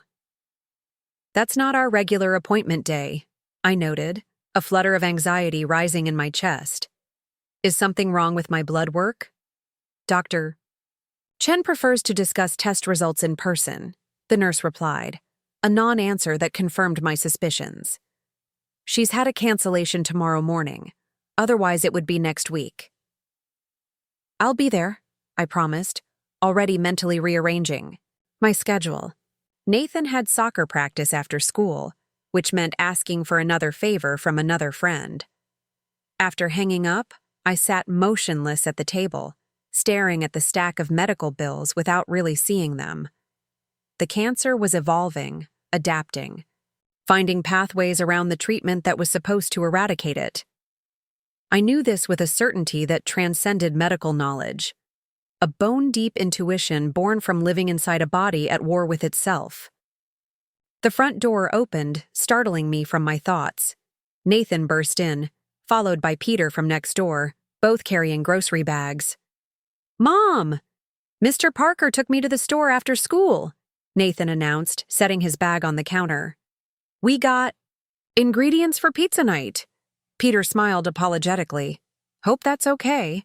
Nathan mentioned you were feeling tired today, and Friday night pizza seemed like a tradition worth preserving.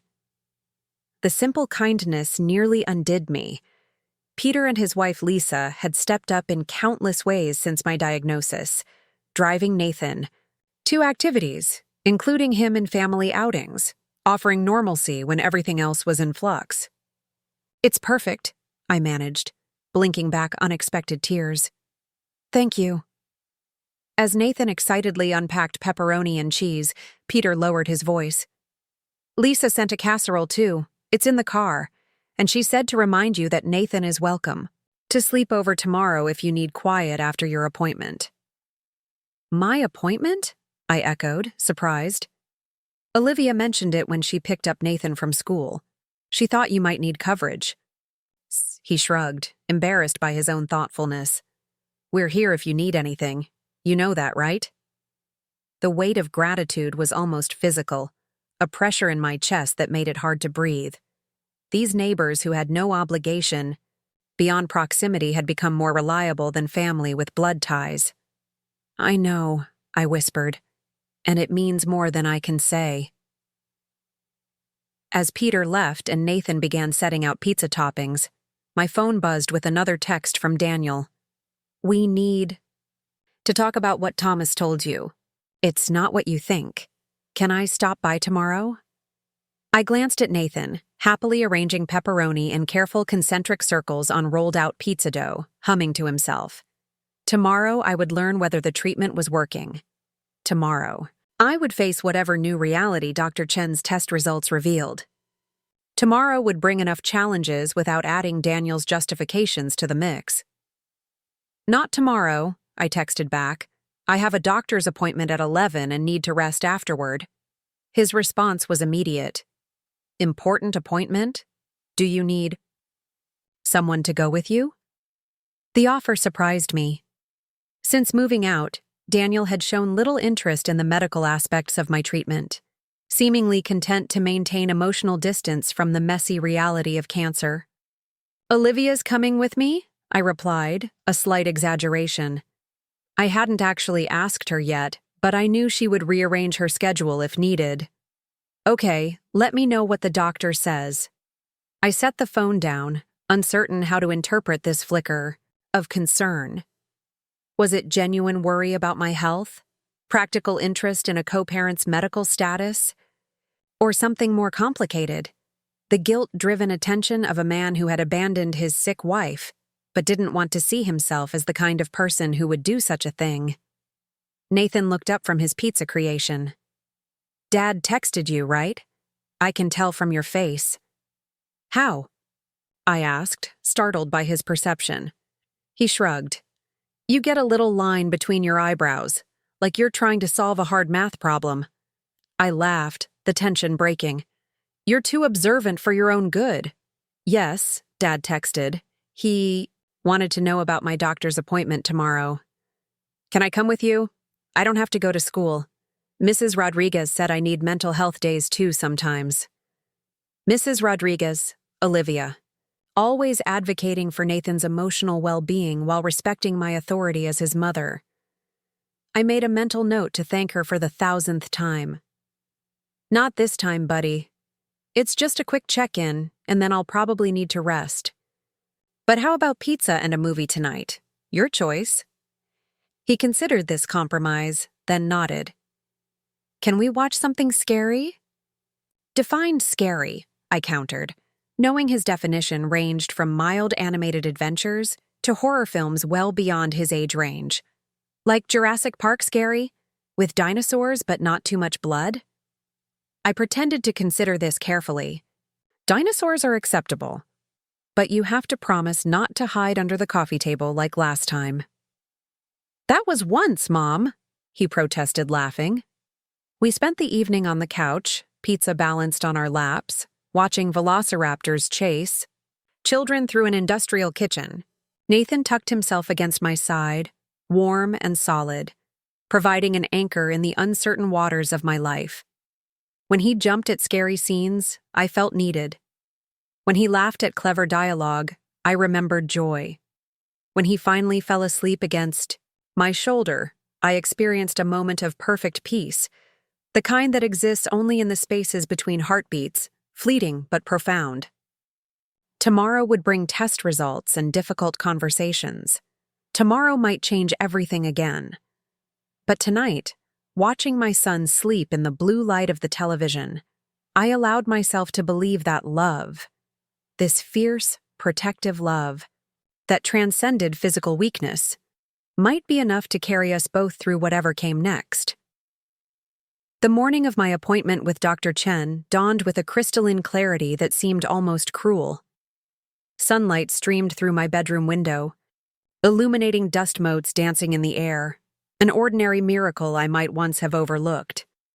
I lay still for a moment, cataloging sensations, the weight of the comforter, the distant chirp of birds, the hollow ache in my bones that never quite subsided these days. Whatever news awaited me at the hospital, this moment, simply being alive, to witness another sunrise, felt like a small victory. Olivia arrived precisely when she promised, a travel mug of ginger tea in hand. She'd become adept at anticipating my needs, learning which scents triggered nausea and which remedies provided relief. The tea was a silent acknowledgement of my anxiety, a practical comfort when words would have fallen short. "Ready?" she asked, her tone deliberately light as I settled into the passenger seat of her car. "As I'll ever be," I replied, attempting a smile that probably looked more like a grimace. We drove in companionable silence, the familiar route to Memorial Hospital unfolding outside the window. The elementary school where I'd once taught summer programs, the park where Nathan had learned to ride a bike, the coffee shop where Daniel and I had spent Sunday mornings before our son was born. Lakeside was too small for amnesia. Memory lurked around every corner. Dr. Chen was waiting in her office rather than an examination room. My first clue that this conversation would be substantive rather than procedural. The second clue was the presence of Dr. Abrams, the radiation oncologist whose name had been mentioned as a potential addition to my treatment team, if necessary. "Jennifer?" Dr. Chen greeted me, her professional demeanor softened by genuine warmth. Thank you for coming in. I see you've brought support. That's excellent. Olivia squeezed my hand as we sat down, her presence steadying me for whatever came next. Let's get right to it, Dr. Chen continued, opening my file. Your latest scans and blood work indicate that the tumor isn't responding to the current chemotherapy protocol as we'd hoped. There's been minimal reduction in size, and we're seeing some concerning cell activity in nearby lymph nodes. Despite preparing myself for bad news, the words hit like a physical blow. What does that mean? Exactly? Dr. Abrams leaned forward, his speech measured and precise. It means we need to adjust our approach. Dr. Chen and I have reviewed your case extensively, and we believe the best course of action is to add radiation therapy to your treatment plan, targeting both the primary tumor site and the affected lymph nodes. Would I still continue chemotherapy? I asked, trying to process what this escalation meant. Yes, but with modifications, Dr. Chen explained. We'd adjust the drug combination and possibly the dosage schedule. The goal is to attack the cancer from multiple angles simultaneously. They continued outlining the new treatment protocol, daily radiation sessions for 6 weeks, combined with a revised chemotherapy regimen.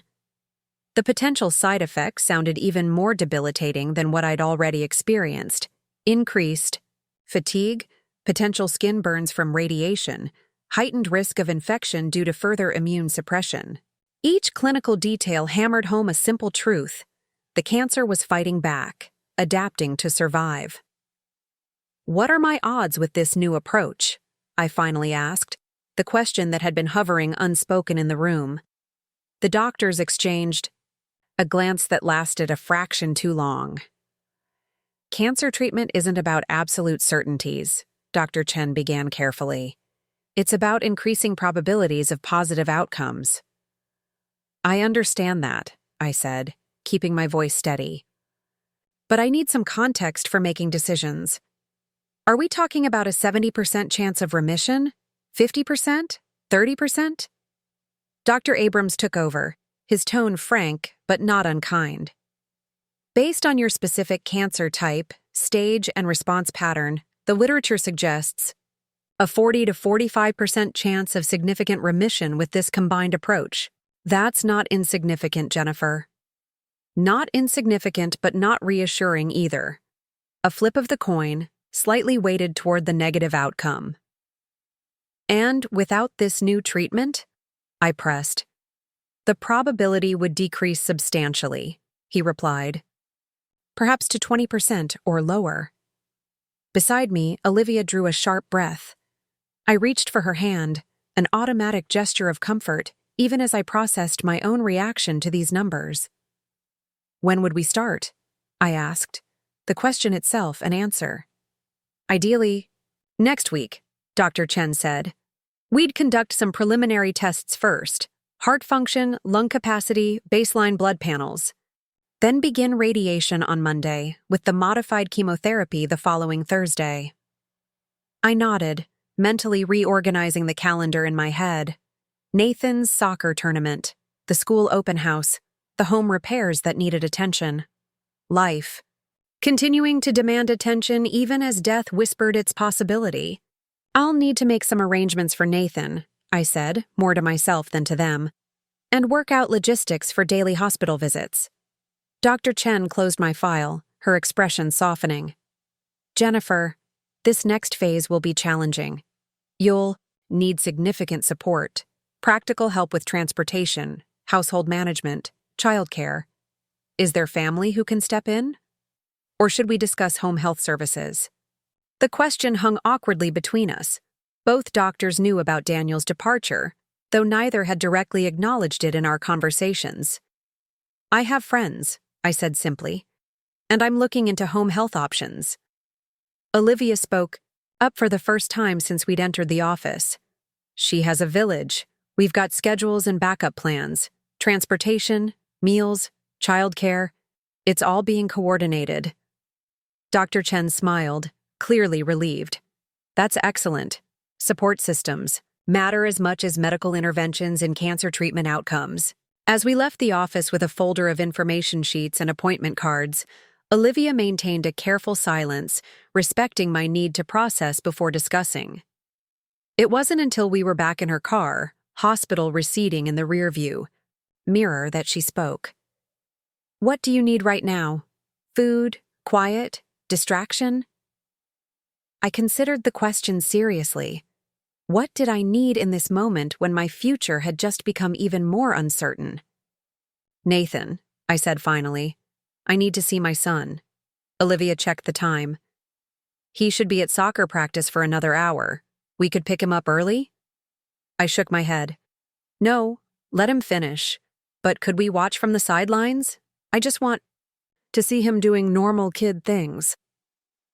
20 minutes later, we sat on bleachers at the community field, watching a dozen 10-year-olds chase a soccer ball with varying degrees of coordination.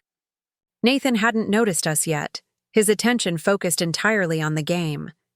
His face flushed with exertion, hair damp with sweat, expression intense with concentration, so vibrantly alive it made my chest ache.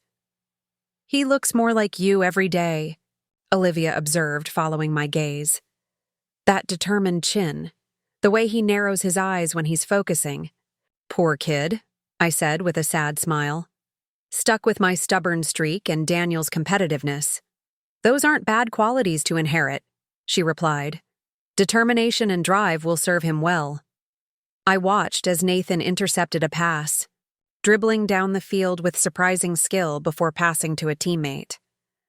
"I need to make sure he remembers me," I said quietly, the words escaping before I could filter them. "If this doesn't work..." Olivia turned to face me fully, her expression fierce. "Jennifer Hayes, don't you dare talk like that. This treatment is going to work. And even in the absolute worst case, Nathan could never forget you. You're woven into the fiber of who he is." "Kids forget," I insisted, tears threatening. "I was 8 when my grandmother died. I thought I'd remember her forever, but now I can only recall fragments. The smell of her perfume, the sound of her laugh. Not her face, not her voice, not the whole person." "That's why we have photos and videos and stories," Olivia said practically. "But we're getting ahead of ourselves. The doctors gave you options, not a deadline." I nodded, forcing back the fear that threatened to overwhelm me. "You're right. One day at a time, right?" "1 hour at a time if necessary," she agreed. "And right now, this hour is about watching your son play soccer and remembering that life continues." Nathan spotted us then, his face lighting up with surprise and delight. He waved enthusiastically, nearly missing a pass in his distraction. The simple joy of his recognition centered me in the present moment, pulling me back from the edge of despair. After practice, as we drove home with Nathan chattering excitedly about an upcoming game, my phone rang with Daniel's number displayed on the screen. I considered letting it go to voicemail, but Nathan noticed. "It's Dad," he said, leaning forward from the back seat. "Are you going to tell him about your doctor appointment?" Reluctantly, I answered, putting the call on speaker for Nathan's benefit. "Hello, Daniel." "Jen, how did it go today? What did the doctor say?" His voice held genuine concern, catching me off guard. I glanced at Nathan in the rearview mirror, choosing my words carefully. "There are some changes to the treatment plan. We can discuss details later." "Changes? Is that good or bad?"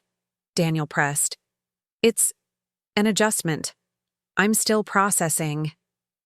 Nathan spoke up from the back seat. "Hi, Dad. Mom came to watch my soccer practice. Coach says I might get to play striker in the next game." Daniel's tone immediately brightened. "That's great, buddy. You've been working on your footwork, haven't you? It must be paying off." The conversation shifted to safer territory. Soccer strategies, weekend plans, a science project due next week. I half listened, grateful for Nathan's unwitting intervention. When the call ended, Olivia gave me a knowing look. "You're going?" "To have to tell him eventually. she said quietly, about the new treatment protocol. I know, I sighed. Just not today. But not today became increasingly difficult to maintain. By the time we arrived home, Daniel had texted 3 times asking for details about my appointment. His persistence was unusual. Since leaving, he'd maintained a careful distance from the medical aspects of my life, treating my cancer almost as if it were a separate entity from me, something he could acknowledge without engaging too deeply.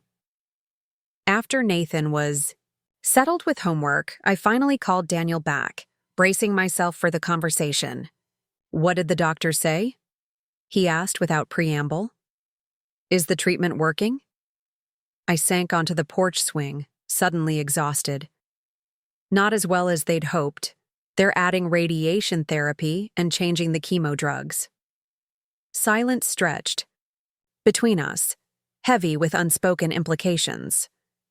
What does that mean exactly? He finally asked, his voice uncharacteristically tentative. It means the cancer is more aggressive than they initially thought. They're escalating treatment accordingly. But it's still treatable, right?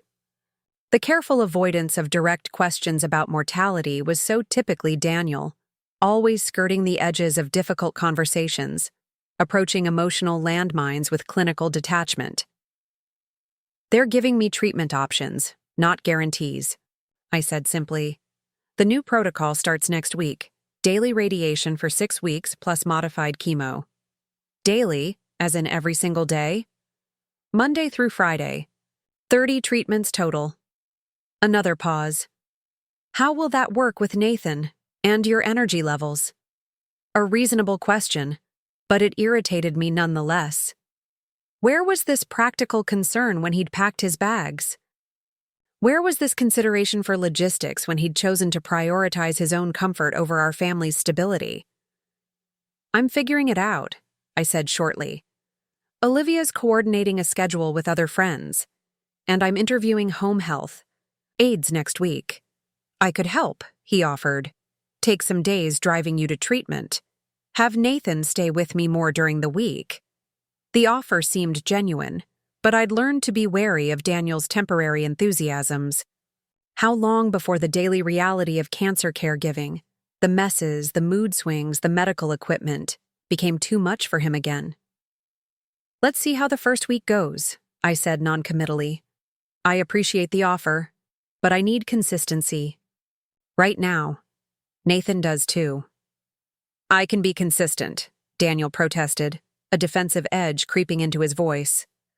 Despite what you might think, I am reliable. I bit back a sarcastic response about the reliability of men who abandon their wives during cancer treatment. This isn't about rehashing the past, Daniel. It's about creating stable support systems moving forward. If you want to help, we can discuss specific days or tasks that would fit into the overall plan.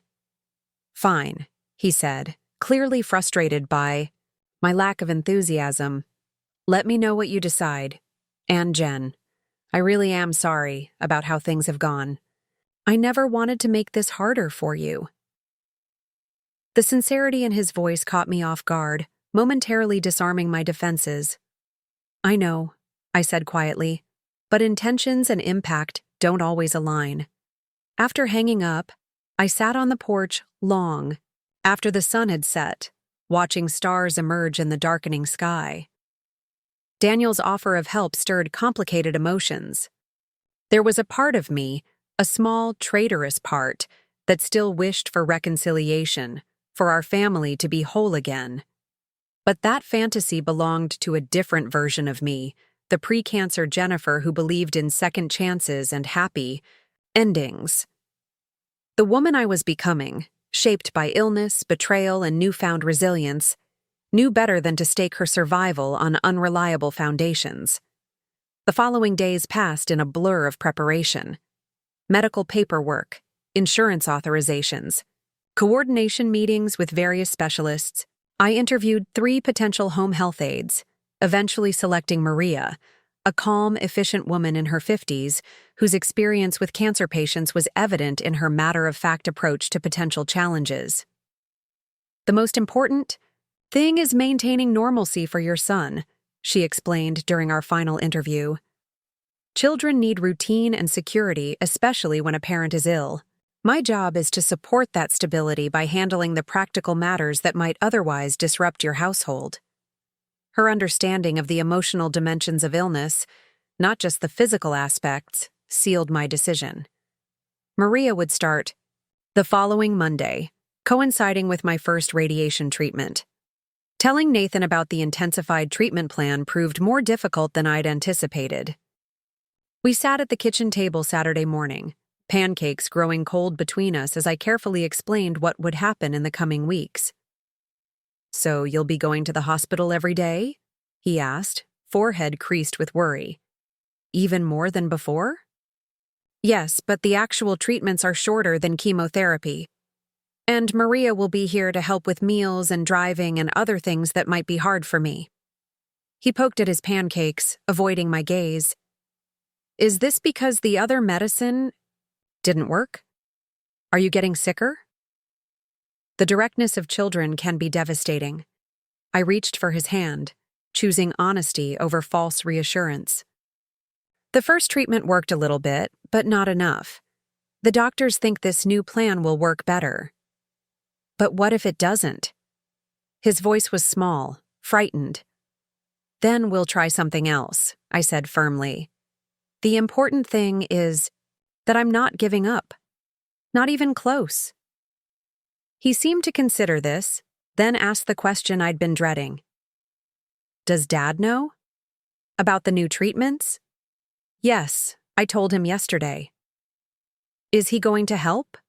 Or is it just going to be Maria and Olivia and your other friends?" The complicated reality of co-parenting with someone who was simultaneously essential to our lives and increasingly peripheral to our daily existence had never felt more challenging. I chose my words carefully. "Dad wants to help, and we're figuring out how he can do that in a way that works for everyone. He might drive me to some appointments, or have you stay with him more often when I'm extra tired." Nathan nodded, processing this information. "Maybe he could move back home to help? Just until you're better?" The innocent suggestion pierced my heart. "That's not going to happen, sweetie. Dad has his own place now, with Megan. But that doesn't mean he can't still be part of our support team." "I don't like Megan," Nathan said suddenly, his expression darkening. "She tries too hard to be nice to me, like she's pretending. And she always talks about Dad like he's so perfect. She doesn't even know him." I suppressed a smile at this astute observation from my 10-year-old. People show different sides of themselves in different relationships.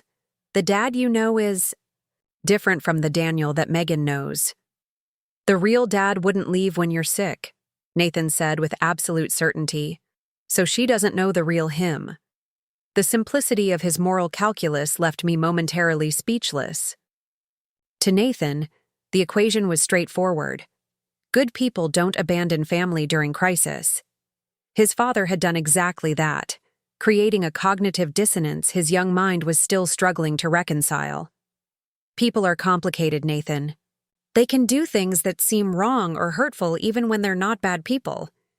Dad's leaving wasn't about you, and it wasn't really about me either. It was about his own feelings and fears. Adults are supposed to be brave, Nathan insisted. That's what you always say. Being brave doesn't mean never being afraid, I replied. It means doing what's necessary even when you are afraid. Dad and I have different ways of handling our fears right now. This explanation seemed to satisfy him temporarily, though I knew the conversation was far from over. Nathan's relationship with his father would continue evolving as he processed the events of the past months through his developing moral framework. Sunday brought unexpected developments. Daniel arrived unannounced in the afternoon, a folder of papers in hand and an expression of determination on his face. "I've been researching your new treatment protocol," he announced without preamble when I opened the door. "There are some complementary therapies we should consider adding to the regimen." The "we" caught me off guard, as if we were still a unit making joint decisions about my health. Hello to you too, Daniel. Nathan's at the Parkers for a play date. I know. I called Peter to check before coming over. He stepped inside without waiting for an invitation, heading straight for the kitchen table where he spread out his papers. Look at these studies on nutrition during radiation therapy. There are specific dietary approaches that can potentially enhance treatment efficacy while minimizing side effects. I stood in the doorway, watching as he arranged research printouts and highlighted articles with the focused intensity I remembered from our early days together. Daniel had always approached problems this way, researching exhaustively, attacking challenges with meticulous planning and boundless energy. It had been one of the qualities I'd most admired about him. What brought this on? I asked, finally, joining him at the table. You haven't exactly been involved in my treatment decisions until now. He looked up, genuinely surprised by the question. Your prognosis changed. The situation is more serious now. It was always serious, Daniel. Cancer doesn't come in casual varieties. He had the grace to look uncomfortable. I know that. I wasn't handling it well before. I'm trying to do better now. I studied his face, searching for signs of the man I'd married, the partner who had once been my steadfast support through life's challenges. There were glimpses of him there, beneath the strain of recent months. Why? I asked simply. Why what? Why try now? What changed? Daniel sat back, running a hand through his hair, a gesture so familiar it made my chest ache with nostalgia. When you said they were escalating treatment, something clicked. I realized I've been acting like your cancer was a temporary situation we just needed to get through. But it's not temporary, is it? It's our new reality, and I need to figure out how to be part of it constructively. The honesty of his answer surprised me. I'd expected platitudes about family responsibility or guilty justifications for past behavior. Instead, he offered something that felt like genuine self-reflection. Our new reality, I repeated. That's an interesting choice of words, given that you've created a separate life with Megan. Complicated doesn't mean disconnected, he said quietly. I'm still Nathan's father, and you and I still have a relationship, even if it's changed. I gestured to the papers spread between us. So this is... what? Your way of maintaining connection? Research as relationship? It's my way of helping in a way I actually can, he admitted. I wasn't strong enough to be what you needed emotionally. I'm still not, if I'm being honest. But practical support? Research? Logistics? That I can do. The candid acknowledgement of his limitations was disarming. For months, I'd cast Daniel as the villain in our story, the husband who abandoned his sick wife in her hour of need. His admission of weakness didn't excuse his actions, but it complicated my narrative in ways that were both unsettling and oddly relieving. I appreciate the research, I said finally, and any practical help you can provide consistently. But I need to be clear about boundaries. This doesn't change our separation or the decisions we've made. I know, he said quickly. I'm not trying to. This isn't about reconciliation, Jen. It's about figuring out how to co-parent and coexist while you fight this disease. For Nathan's sake, if nothing else. For Nathan's sake. The phrase had become a shared mantra, the common ground, where our diverging lives still intersected. All right, I conceded. Show me what you've found. For the next hour, we reviewed his research, dietary modifications that might reduce radiation side effects, supplement recommendations to discuss with my oncology team, practical strategies for managing fatigue during intensive treatment. Some ideas were unrealistic given my already compromised energy levels, but others seemed potentially valuable. I could prepare some of these meals for you, Daniel offered, indicating a list of nutrient-dense recipes designed for cancer patients. Drop them off a couple times a week, already portioned for reheating. That would actually be helpful, I admitted. The home health aide is only here part-time, and cooking has become challenging. I remember, he said softly. During your first round of chemo, you couldn't even stand the smell of food being prepared. The fact that he remembered such details, had been paying attention even as he pulled away emotionally, felt significant in ways I couldn't quite articulate. One more thing, Daniel said, reaching into his briefcase. I've been talking with HR at work about my insurance coverage. Since we're legally separated but not divorced, you're still covered as my dependent. But I wanted to make sure there wouldn't be any issues with this new treatment protocol. He handed me a letter from his company's benefits administrator, confirming that my oncology treatment was fully covered regardless of network limitations, with an additional note about supplemental policies available for catastrophic illness. I've already enrolled in the supplemental coverage, Daniel explained. It provides additional funds for home care, transportation to medical appointments, and other expenses not covered by standard insurance. I stared at the documents, momentarily speechless. While I'd been focusing on the emotional betrayal of Daniel's departure, he'd apparently been quietly ensuring financial protection for my medical needs. Thank you, I said, the words inadequate for the relief this practical support provided. This is really helpful. Daniel nodded, seemingly uncomfortable with gratitude. It's the least I can do, literally the bare minimum considering. The self-deprecating honesty startled a genuine laugh from me, the first we'd shared in months. Well, at least you're aware.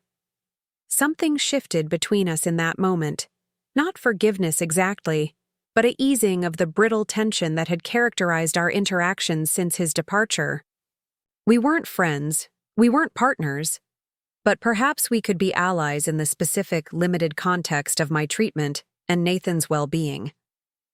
As Daniel gathered his papers to leave, he hesitated at the door. I'd like to drive you to your first radiation appointment tomorrow, if that's okay. The offer hung between us, laden with symbolism beyond the practical gesture. Accepting meant allowing Daniel back into the medical aspect of my life, an intimacy I'd carefully guarded since our separation. Olivia was planning to take me, I hedged. I know. I called her already to discuss it. At my raised eyebrow, he added hastily, not to override your arrangements, just to see if it might work for me to take this first one. She said it was up to you. The fact that he'd coordinated with Olivia, rather than simply assuming his right to participate, touched something in me. The Daniel who had left wouldn't have considered the existing support system I'd built in his absence. All right, I agreed cautiously. But just the first appointment. We'll see how it goes from there. His relief was palpable. Thank you. I'll be here at 8:30. After he left, I sat in the quiet house, processing the unexpected turn of events. Daniel's renewed involvement complicated the narrative I'd constructed. The abandoned wife bravely facing cancer alone while her husband built a new life elsewhere. His presence, however limited, forced me to reconcile the hurt of his leaving with the reality of his continued connection to our lives. That evening, as I prepared Nathan for the week ahead, explaining Maria's role and the new schedule of hospital visits, he asked the question I'd been anticipating since Daniel's visit. Is Dad trying to come back home? I chose my words carefully, aware of the hope lurking beneath his casual tone. No, sweetheart. Dad is trying to be more helpful with my treatment, but he's still living with Megan. Nathan's face fell slightly, though he tried to hide his disappointment. But he's going to drive you to the hospital sometimes? Yes, starting tomorrow. He'll take me to my first radiation appointment. That's good, right? That he wants to help? The simple question demanded a nuanced answer. Was Daniel's renewed involvement good? It certainly made practical aspects of treatment more manageable. But emotionally, the jury was still out. It's good that he wants to support my treatment, I said carefully. It makes things easier logistically, but it doesn't change our living situation or the decisions Dad's made. Nathan nodded, processing this with the solemn thoughtfulness that sometimes made him seem older than his years.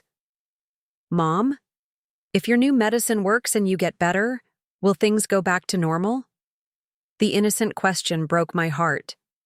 What was normal now? The life we'd had before cancer? Before Daniel's departure?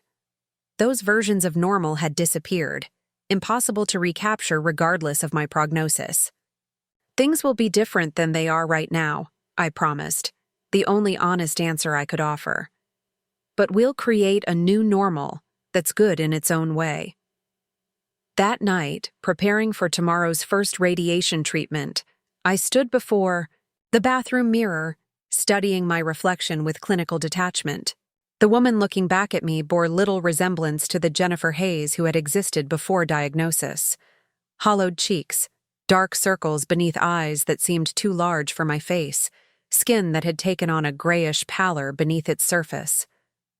Cancer had transformed me physically, Daniel's departure had altered me emotionally, and tomorrow would begin yet another phase of metamorphosis.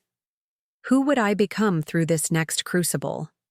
What version of myself would emerge if I survived? And what legacy would remain if I didn't?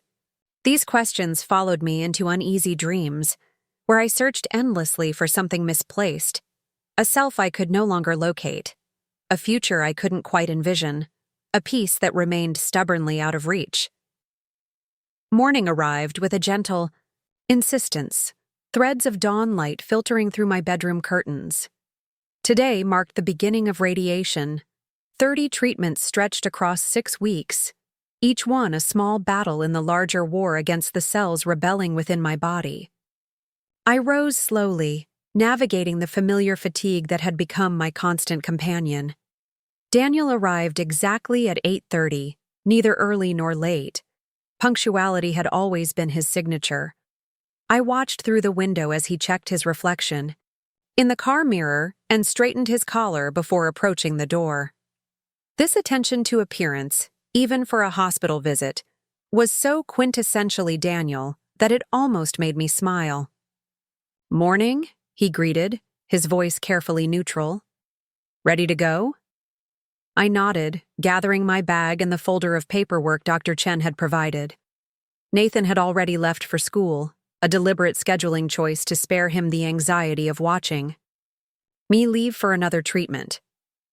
The drive to Memorial Hospital unfolded in companionable silence, neither of us quite knowing how to navigate this new dynamic. Not quite friends, no longer spouses, reluctant allies in the face of my illness. As we approached the radiation oncology department, Daniel finally spoke. "Would you like me to come in with you, or wait in the car?" The question hung between us, weighted with implications about boundaries and intimacy. 4 months ago, there would have been no question. Of course, my husband would accompany me into treatment. Now, his presence felt simultaneously comforting and intrusive. "You can come in for the intake process," I decided. "The actual radiation session is short, and they don't allow companions in the treatment room anyway."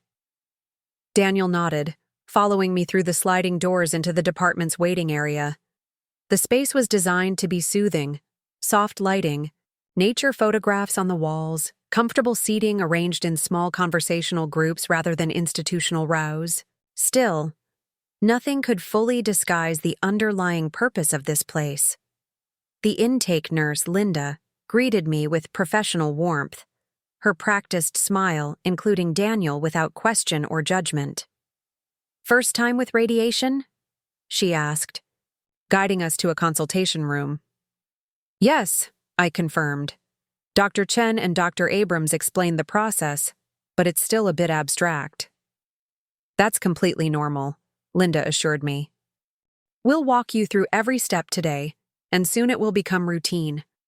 Most patients find radiation less immediately disruptive than chemotherapy, though the cumulative effects build over time." As she continued explaining the procedure, the careful positioning, the brief treatment time, the importance of hitting the exact same spot each day, I felt Daniel's attention shift. He was no longer just accompanying me. He was absorbing information, asking clarifying questions, jotting notes in the small notebook he'd brought. The researcher, the problem solver, the practical support system he'd always been before cancer and betrayal complicated our story. The most important thing to remember, Linda concluded, is consistency. We need to treat the exact same area every day, so the small tattoo marks we'll place today help us align the radiation precisely. Missing appointments or significant weight changes can impact treatment efficacy. Daniel looked up sharply. What happens if she can't make an appointment? If she's too sick or there's a weather emergency?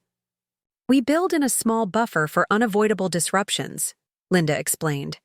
But we try to minimize those as much as possible.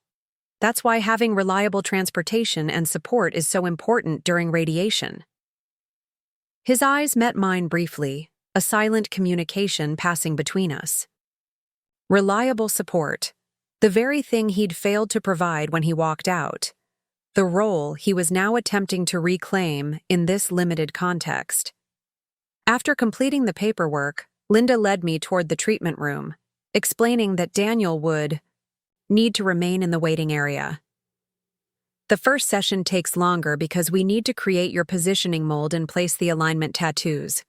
Subsequent treatments will be much quicker. As I prepared to follow her through the secured doorway, Daniel touched my arm lightly. I'll be right here, he promised, however long it takes. The simple statement, so ordinary in most circumstances, carried extra weight given our history. I nodded acknowledgement, not trusting myself to speak, and followed Linda into the inner sanctum of the radiation department. The treatment itself was anticlimactic, clinical, precise, and mercifully brief. The massive machine hummed and rotated around my carefully positioned body, delivering invisible doses of carefully calibrated radiation to the rebellious cells threatening my existence.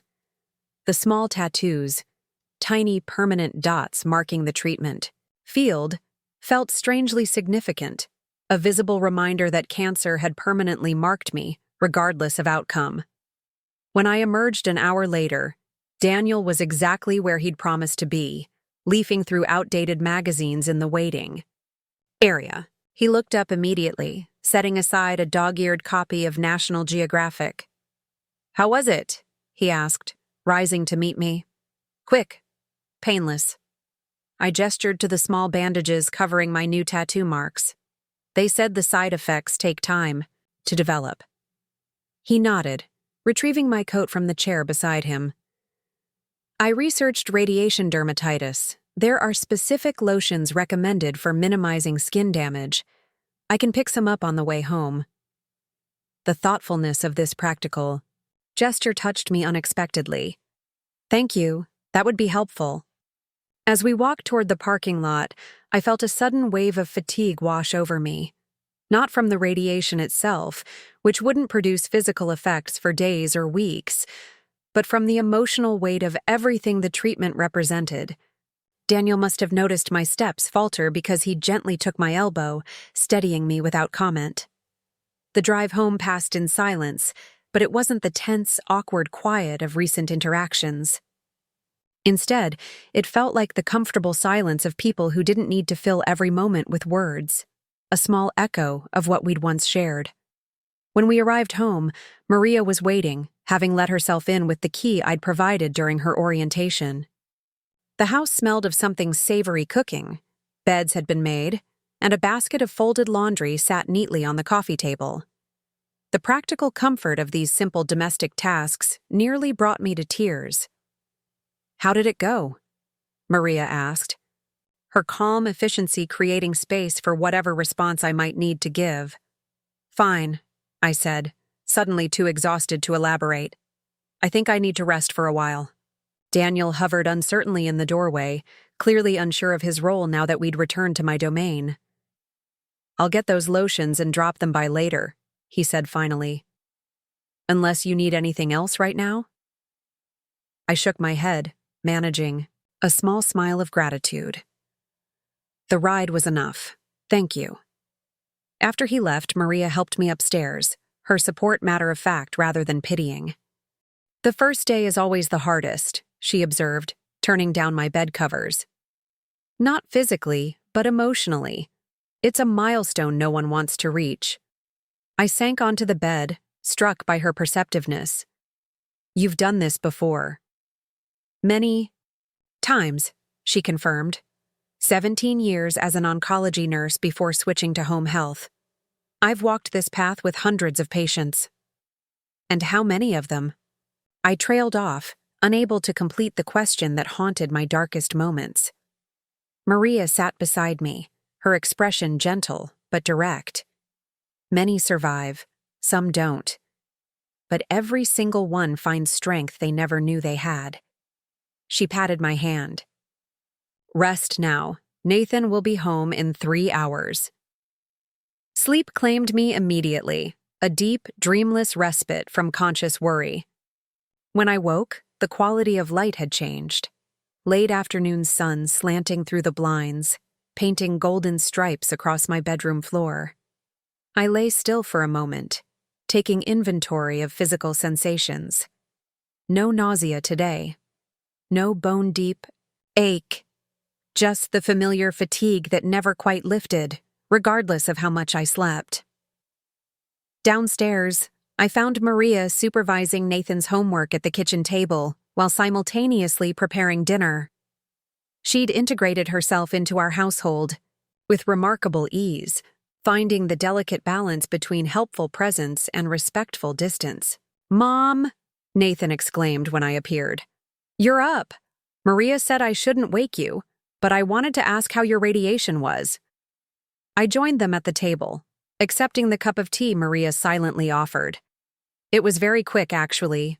Not scary at all. The machine makes weird noises, but it doesn't hurt. "Dad said they gave you tattoos."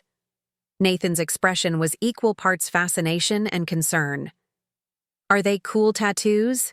Can I see them?" I laughed, the first genuine laugh I'd managed in days. "They're just tiny dots, sweetie, like freckles, not cool dragon tattoos or anything exciting." "Oh." His disappointment was comical. Dad made them sound cooler. The casual mention of Daniel hit differently now, after his unexpected support this morning. "Did Dad call you?" Nathan nodded, returning to his math worksheet. "He said he's bringing special lotion for you later and wants to know if I want to come with him to pick out ice cream." The transparent attempt to combine practical help with father-son time was so typically Daniel that I couldn't help but smile. Even in our fractured family arrangement, he was trying to create normalcy for Nathan within the new constraints. "That sounds nice," I said carefully. "As long as your homework is finished." Maria caught my eye across the table, her expression professionally neutral, but somehow conveying approval of this measured response. She'd witnessed enough family dynamics during illness to recognize when small steps toward functional co-parenting were occurring. The doorbell rang an hour later, just as we were finishing dinner. Nathan ran to answer it, returning with Daniel, who carried a pharmacy bag in one hand and an elaborate ice cream cake in the other. I thought maybe a celebration was in order, he explained, looking slightly embarrassed by his own gesture. "For getting through the first treatment." Maria smoothly cleared dinner dishes, creating space for this unexpected family moment while maintaining a respectful distance. As she set out plates for dessert, I caught her subtle nod of approval. Celebration rituals, marking milestones, acknowledging hard things accomplished, were an important part of the cancer journey, a way of measuring progress when the destination remained uncertain. "Can we eat it now?" Nathan asked eagerly, eyeing the cake's chocolate ganache coating. "Of course," I said, seeing no reason to deny this small pleasure. "But everyone gets a reasonable slice. We're not eating the whole thing tonight." As Daniel served the cake with ceremonial flourish, I was struck by the strange normalcy of the moment. The three of us gathered around the kitchen table, sharing dessert as if nothing had changed. Yet everything had changed, irrevocably. Daniel no longer lived here. Cancer had taken up residence in my body. Our family unit had been fundamentally altered. And yet, here we were, finding new patterns of connection within those changed circumstances. Later, after Nathan had gone upstairs to get ready for bed, Daniel lingered in the kitchen, helping with cleanup despite my assurances that it wasn't necessary. "I'd like to take you to Friday's appointment too," he said as he dried the last. If that works for you." I considered the offer, weighing my need for independence against the practical benefits of his help. "All right," I agreed finally. "But I don't expect you to drive me to every appointment. You have work, and I have other people who can help." "I know." He returned the plate to its cabinet, movements familiar from years of shared domesticity. "I'm not trying to. I just want to do what I can, where I can." The simplicity of this statement, its lack of grand promises or dramatic declarations, felt honest in a way our recent interactions hadn't. Daniel wasn't promising to be everything I needed. He was offering what he could actually provide, with clear-eyed recognition of his limitations. "I appreciate that," I said quietly. "Nathan does too." He nodded, gathering his keys from the counter. "I should go. Megan's waiting." The mention of her name still stung, a reminder of the life he'd chosen instead of fighting alongside me. But the pain felt duller now, less immediate. Perhaps that was progress. Or perhaps it was simply that my energy for resentment had been redirected toward the more pressing battle against cancer. "Thank you for the cake," I said, walking him to the door. It was a nice gesture. He paused on the threshold, turning back with an expression I couldn't quite read. "Jennifer, He stopped, seeming to reconsider whatever he'd been about.